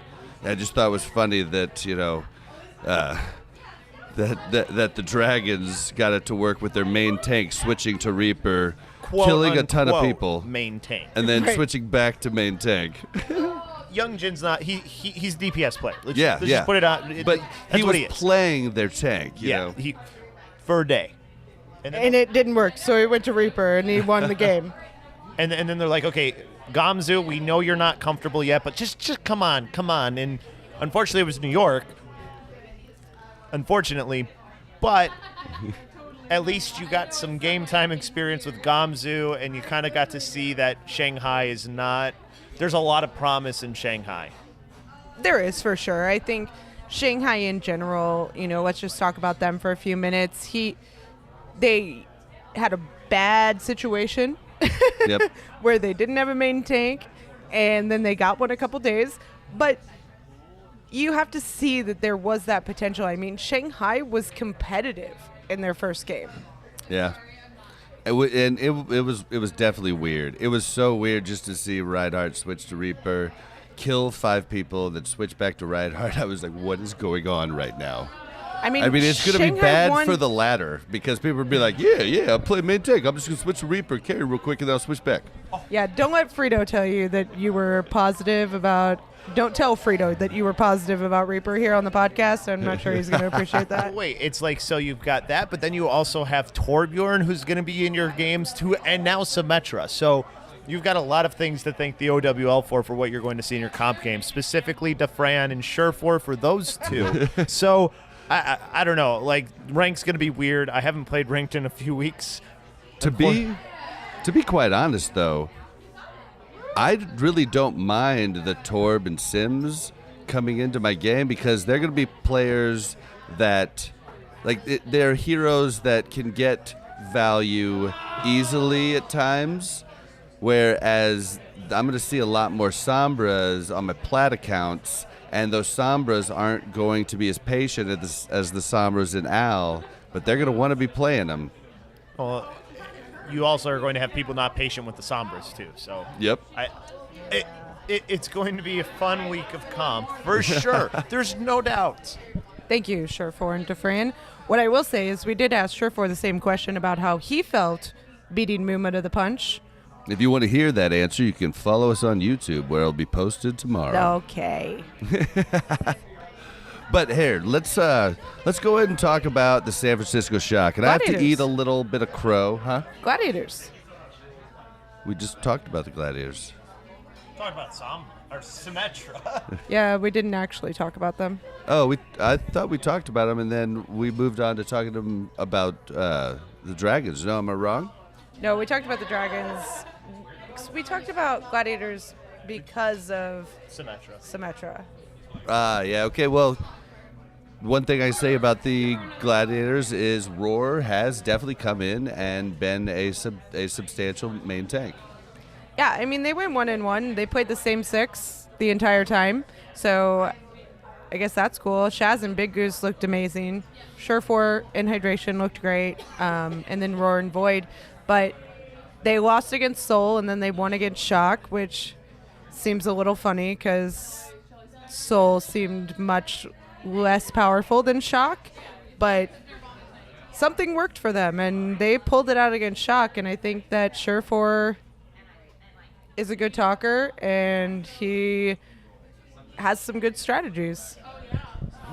Yeah, Surefour is definitely great. I'm interested to see the change they make when Decay comes in, because everybody seems to think that Decay is going to start immediately. So I'm interested to see how they rotate those. But really, I wasn't worried about the Gladiators. The only thing I was worried about was their main tank play, and it seems that, it's not amazing, but it's good.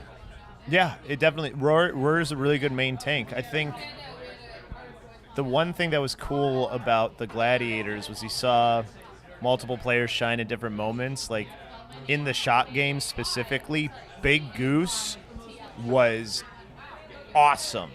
He was the Big Goose in that game for sure on that Lucio, and made some plays that just made your eyes pop because it was amazing. Yeah, and I hadn't seen a whole lot of Big Goose on Lucio, and that was definitely a pleasure because I'd seen a lot of Mercy play before.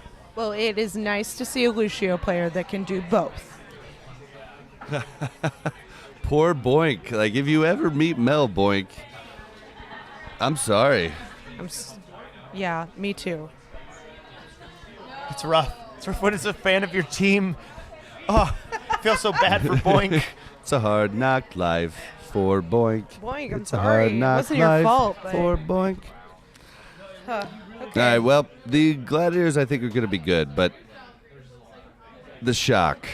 Now, I have to eat crow because I said that they weren't going to be any good, and then they came out and dumpstered on my boys in blue, the Dallas Fuel. You thought, really? I really didn't think the Shock were going to be very good. I had them fairly low, and I think I still might be right. I don't know about that one. I think I might be right just in the sense that if they have adversity, I don't know that they can keep it going. They have a lot of strong personalities and that are great when they're doing good and bad when they're doing bad. My take on the San Francisco Shock is that, yes, they're very strong. Obviously, they're very strong. They have a lot of talent on their team. The issue with San Francisco Shock, I think, is you're going to get into the fact that they have a lot of players on their team, and they're not all going to start. They are going to get a set starting lineup, whether that's 6 or 8 or 9. It's not going to be 12, right? And those ones that you leave out, they are going to be good enough to have a starting position on another team, and I think that will make them salty. I think in San Francisco Shock fashion, they will probably wait until after the deadline, and then they will bench those people, because right now I think they are They are focusing on the fact that all of these players are playing at the highest level because they are competing for a job. Once that job is gone, we will see a little bit. I also think we have players like Sinatra and other players that tend to tilt if things aren't going well. I think that's where we saw Shock's inconsistency last year. Let's be honest, Shock wasn't a bad team last year on paper. No, they had tons of They talent. were an amazingly talented team on paper. Now, I don't want them to fail. I like the Shock. I think if they do well, I will be happy for them. But they're a little cocky, too. I think a lot of this depends on the support staff and the coaching staff more than anything. And a lot of people have a lot of faith in Krusty, who is their coach.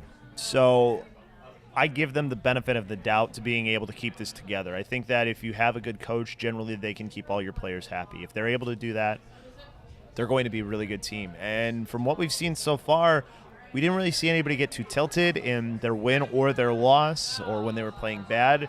I think sometimes it's blown out of proportion, the things about Sinatra tilting. I mean, he's a young guy, too. I think that's one of those things that needs to sort of be put into perspective as well. This is a team that has a lot of younger players, too. So I think that they'll be able to keep everything under control. I think that, yeah, you have strong personalities, but you also have people in the right positions to sort of work with those personalities. And that's where you're really going to get whether or not the worth of the staff is what it's supposed to be. And you have a very confident owner, too, and deservedly so. He's somebody who's very involved. Andy Miller is the owner of the San Francisco Shock. Happened to be sitting right in front of him during the first game that the Shock played against Dallas. Against Dallas, yeah, and I was sitting right behind the CEO, and I was trying to make sure he didn't turn around and notice me because he knows I'm a Fuel fan. It was ugly.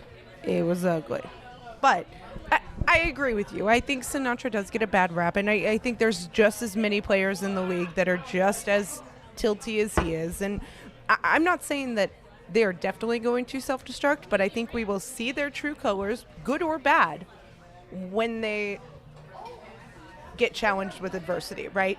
If they start to inconsistently perform. Now, I think they went 4-0. They were on a high with Fuel. They went 2-3 with the Gladiators, so it was still a close game.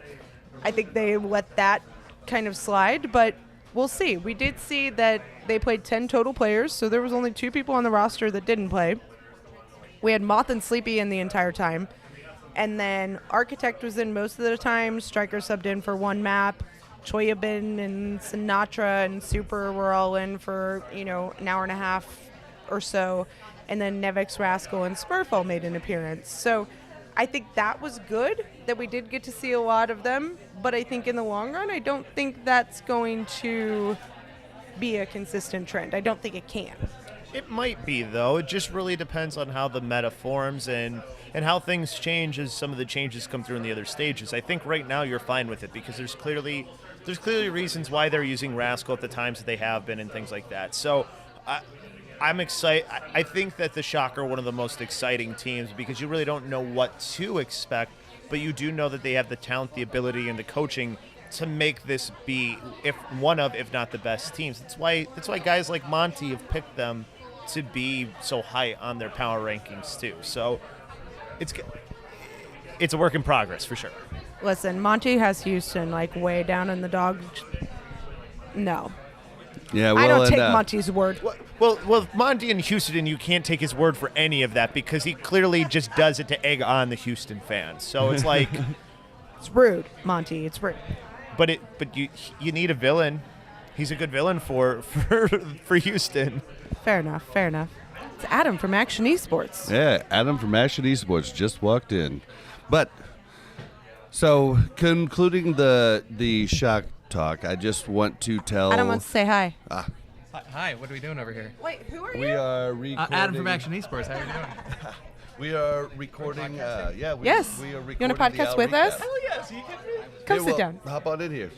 So to conclude our talk about the Shock, I just, I've had a lot of beef with Sinatra in the past, and I just want to say you played well. I hope you keep it up, and you're looking like Mr. 150K. I like it. Don't underestimate his Zarya. I'm just going to tell you that. Oh, yeah, Don't underestimate it. Yeah, he's definitely killing it.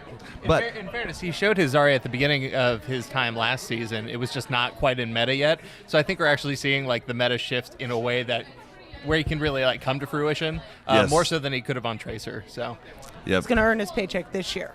Well, and I think he's just, it seems like he's calmed down a lot from that and stopped trying to, like what I noticed a lot when he came in last year was he would try too much to do too much, and he would overextend and he would die. And it seems like seems like Krusty's gotten him centered, and he's really popping off now. It's a year older, too. It makes a difference. Yes, it does. It does when But you're only 19, yeah. moving on to our boys in blue, the Dallas Fuel.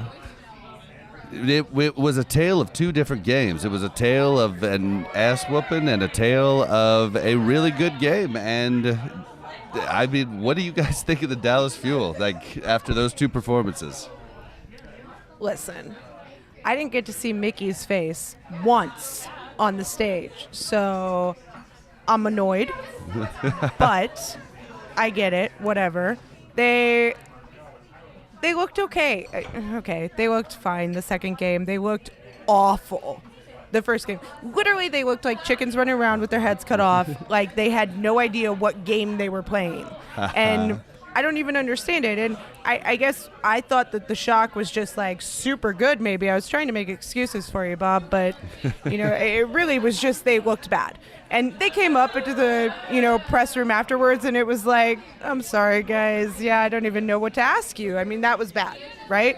And then they came back on the second match, and they did. They beat Seoul Dynasty, and Seoul was questionable, so I'm still holding my breath on Dallas's success, but I do think that they looked much more coordinated, like they actually had a semblance of what was going on in their lives at the point. And Zachary looked better on Brigitte the second match. I think OGE was looking better. He wasn't trying to carry the game like he was in the game one. But yeah, I mean, overall, AKM popping off on Widow was AKM exciting. coming in on King's Row and being like, what? 3 kill, boom, done. Yeah, he's like, I got this. It's beautiful. Get out of here. Listen, after game one, they changed the sheets. The bed was a mess. They did that. The coaching staff clearly spent a lot of time the next couple of days ironing out a lot of the things that they did wrong. They weren't playing. They played a much better GOATS after that too. Players weren't overextending as much. They were a little bit more centric on how they wanted to play it. You got to see RCK really be who RCK is from Giganti. Like, they did things a lot better. I think Zachary calmed down in the second game. I think he just needs more time in stage. They just seemed more patient that second game. And exactly. Like, the first game, AKM, I can't tell you how many Sombra ults he just wasted. And then all of a sudden, and I don't know if he wasted them or if the team wasn't there. Like, I tried to get it out of him when we interviewed afterwards, but he was just feeling bad, so I didn't get any information. But either way, the team was on point with the Sombra ults after that. Over the course of the week, I mean, we got to talk to Coach Arrow a lot, and he seems to really have all the right ideas in mind. And it's just a matter of working with all these different personalities and this different level of talent. I do think that they looked better on the whole, especially in Game 2 against Seoul. But I do think that Seoul lost that game and Dallas didn't win it.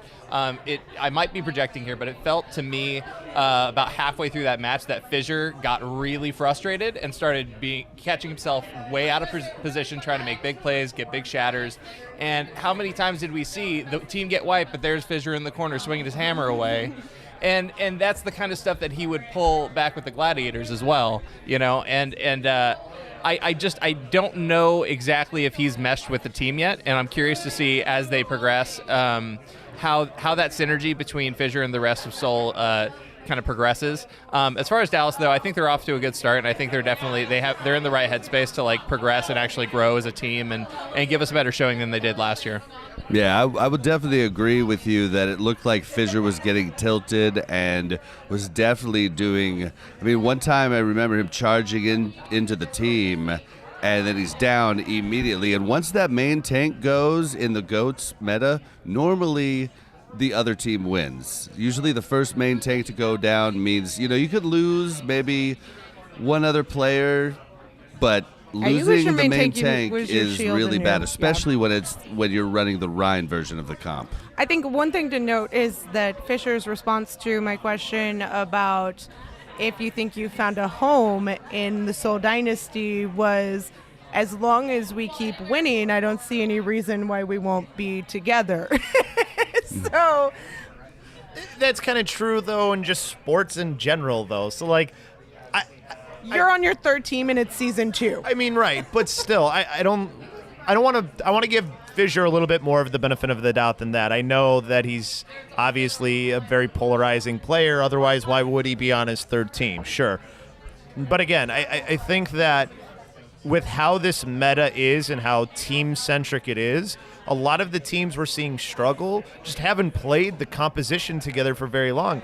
I think that's been the most disappointing part of seeing this for me personally, especially as somebody who comes from broadcasting a lot of contenders, is the grasp of the composition isn't where I thought it would be with some of the talented coaches that we have. And maybe that's just they didn't have enough time together. Getting players in and things like that was tough for a lot of teams. So maybe that's where the biggest drawback is, and maybe we'll see that change as things go on. I mean, I thought that throughout the days, you saw teams from their first game to their second start to play GOATS a lot better than they did on the first day. There's still a long way to go. They got better, though. And Dallas, I think, is a good example of that. Not that they... Obviously, I think what was said about the dynasty is true, too, but Dallas definitely was starting to do things the correct way that they weren't necessarily doing on day one, and they still have a lot that they have to do. Let's not talk too much about the grabs that both AKM and Effect throughout, because there were some big yikes moments with those grabs. Yeah, I think on Vol Sky, I think Effect was trying to catch the Lucio, and he just missed. Not to harp on Fissure too much more, and once again, this may be me projecting, but there also seemed to be a lack of commitment to some of the strats that were implemented. There were times when he swapped onto the monkey, and I definitely didn't feel like his heart was in it, or at the very least that he did not necessarily fully agree with the strat that they were attempting, because there seemed to be early swaps away from it. There seemed to be a lack of commitment on his part to certain dives into their back line. And I'm not entirely sure where that comes from. If it comes from, something that happened in scrims where he's like, I don't know how effective this is going to be. I think I know better in this situation. Or if it just purely comes from a frustration factor. But I want to see more of that commitment going forward on his part, where like when the team chooses a direction, it's followed wholeheartedly, and he's not the last one standing because he's trying to go rogue. Yep. For sure. All right, well, as a Dallas Fuel fan, all I hope is that they keep getting better, and this second map was the true team that they are, and not the first map. I mean, I'm not a Dallas Fuel fan, but I am a fan of their coaching staff, and I think that they have shown that they can overcome adversity and come back and look fresh in Game 2, whereas last season we saw a lot of, if you lost Game 1, you were likely going to lose Game 2. So I think that having that comeback was very good for their future. Yes. Speaking of fresh, I think the color pink in the league is real fresh, and the Spark, I think, is a breath of fresh air for the league, and that's a team that I really liked. Well, why don't we talk about the last team that we're going to talk about tonight, the Spark? Let's just do it.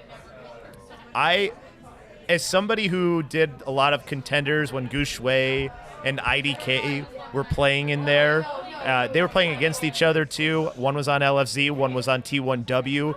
That was a huge rivalry and was like some of the best playoff games that you could see in Contenders China. It's cool to see them on the same team. IDK is just a fun player too. He was another guy who was kind of like dancing and stuff during certain times. So, like, it's cool to see him on the big stage.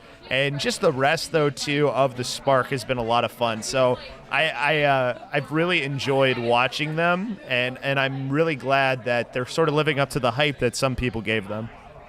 I think, first of all, Gooshway's on my fantasy team, so I'm a little annoyed that they didn't play him more. The entire time. But I think there's some communication issues with Gooshway and the rest of the team, so that's fine. But he needs to, get that up pretty quickly because they only have a couple weeks to kind of make the stand here in the playoff season. But he looked good. I think that the team looked good. They went 2-0. Good job, expansion team, going 2-0. You also played the Dragons, so I'm going to give you 1. But they also you beat played the Valiant. Yeah. I get it. But you went 1 and something. But I don't know. I mean, I'm still up in the air about the Spark. I think they're great. I think they're fun. I think, yes, they're probably going to be good, but time will tell. We'll see. Earlier this week we talked to a lot of teams about who they thought the most underrated team might be, and like 9 out of 10 of them said the Spark. Yep. So obviously the league itself has a lot of faith in them, and they didn't really disappoint in their showing this week. But as it was stated, it was against Shanghai and the Valiant, and the Valiant seemed to be a team still to this day that if the other team has a more solid plan of attack, they can't really adapt to it, and they rely on raw mechanical skill, which isn't necessarily the best strat in GOATs. But having said that, the sheer amount of potential in Spark is kind of staggering. Like, honestly, I cannot wait to see them play the rest of the season, because they might have been the kind of dark horse for me, and like somebody I wouldn't have paid attention to except for the colors. But man, they did not disappoint me this week. And the fact that they stole Runaways colors is just a total bonus to them. I'm just saying. Another thing, too, going on that about just some of the things that they do exciting, we didn't even see who may be their most exciting player play at all in Crystal. When Crystal, if the meta shifts to anything DPS, Crystal is going to be so fun to watch. I'm just saying it right now. Mark my words. When we see Crystal, you're going to see some things that are awesome. But he's going to have to compete with the 12 DPS players on Shock, so... and Crystal turns 18... Is it the 28th or is it next month? I'm not sure the exact. It's close, He's though. young, yeah. He's good. He'll get there. He's good there. Yeah, I think the Spark is definitely going to be a good team, and I'm excited to watch them. Now, one more thing on one of these matches, the one with Shanghai. The real tragedy of Shanghai this week seemed to me to be the fact that they finally figured out dive. Like when we saw DM on Widow and we saw a more dive-centric comp with them, they really were looking a lot better. Yeah. And the real tragedy is that it's just in time for GOATS comp. So yeah, I mean, the Spark definitely, it clearly wasn't that hard. But I just want to point out that one little thing. Oh, I mean, poor Shanghai. Come on, you get a win. You can't go 0-40 again, so you're already winning. Yeah. Well, this has been a super long episode. It's been great, but I mean, it's opening week. We were here. We wanted to recap every game. That won't be every week, but I'm also going to skip a lot of our ending notes. I'm just going to say follow us on Twitter at owlrecap.com.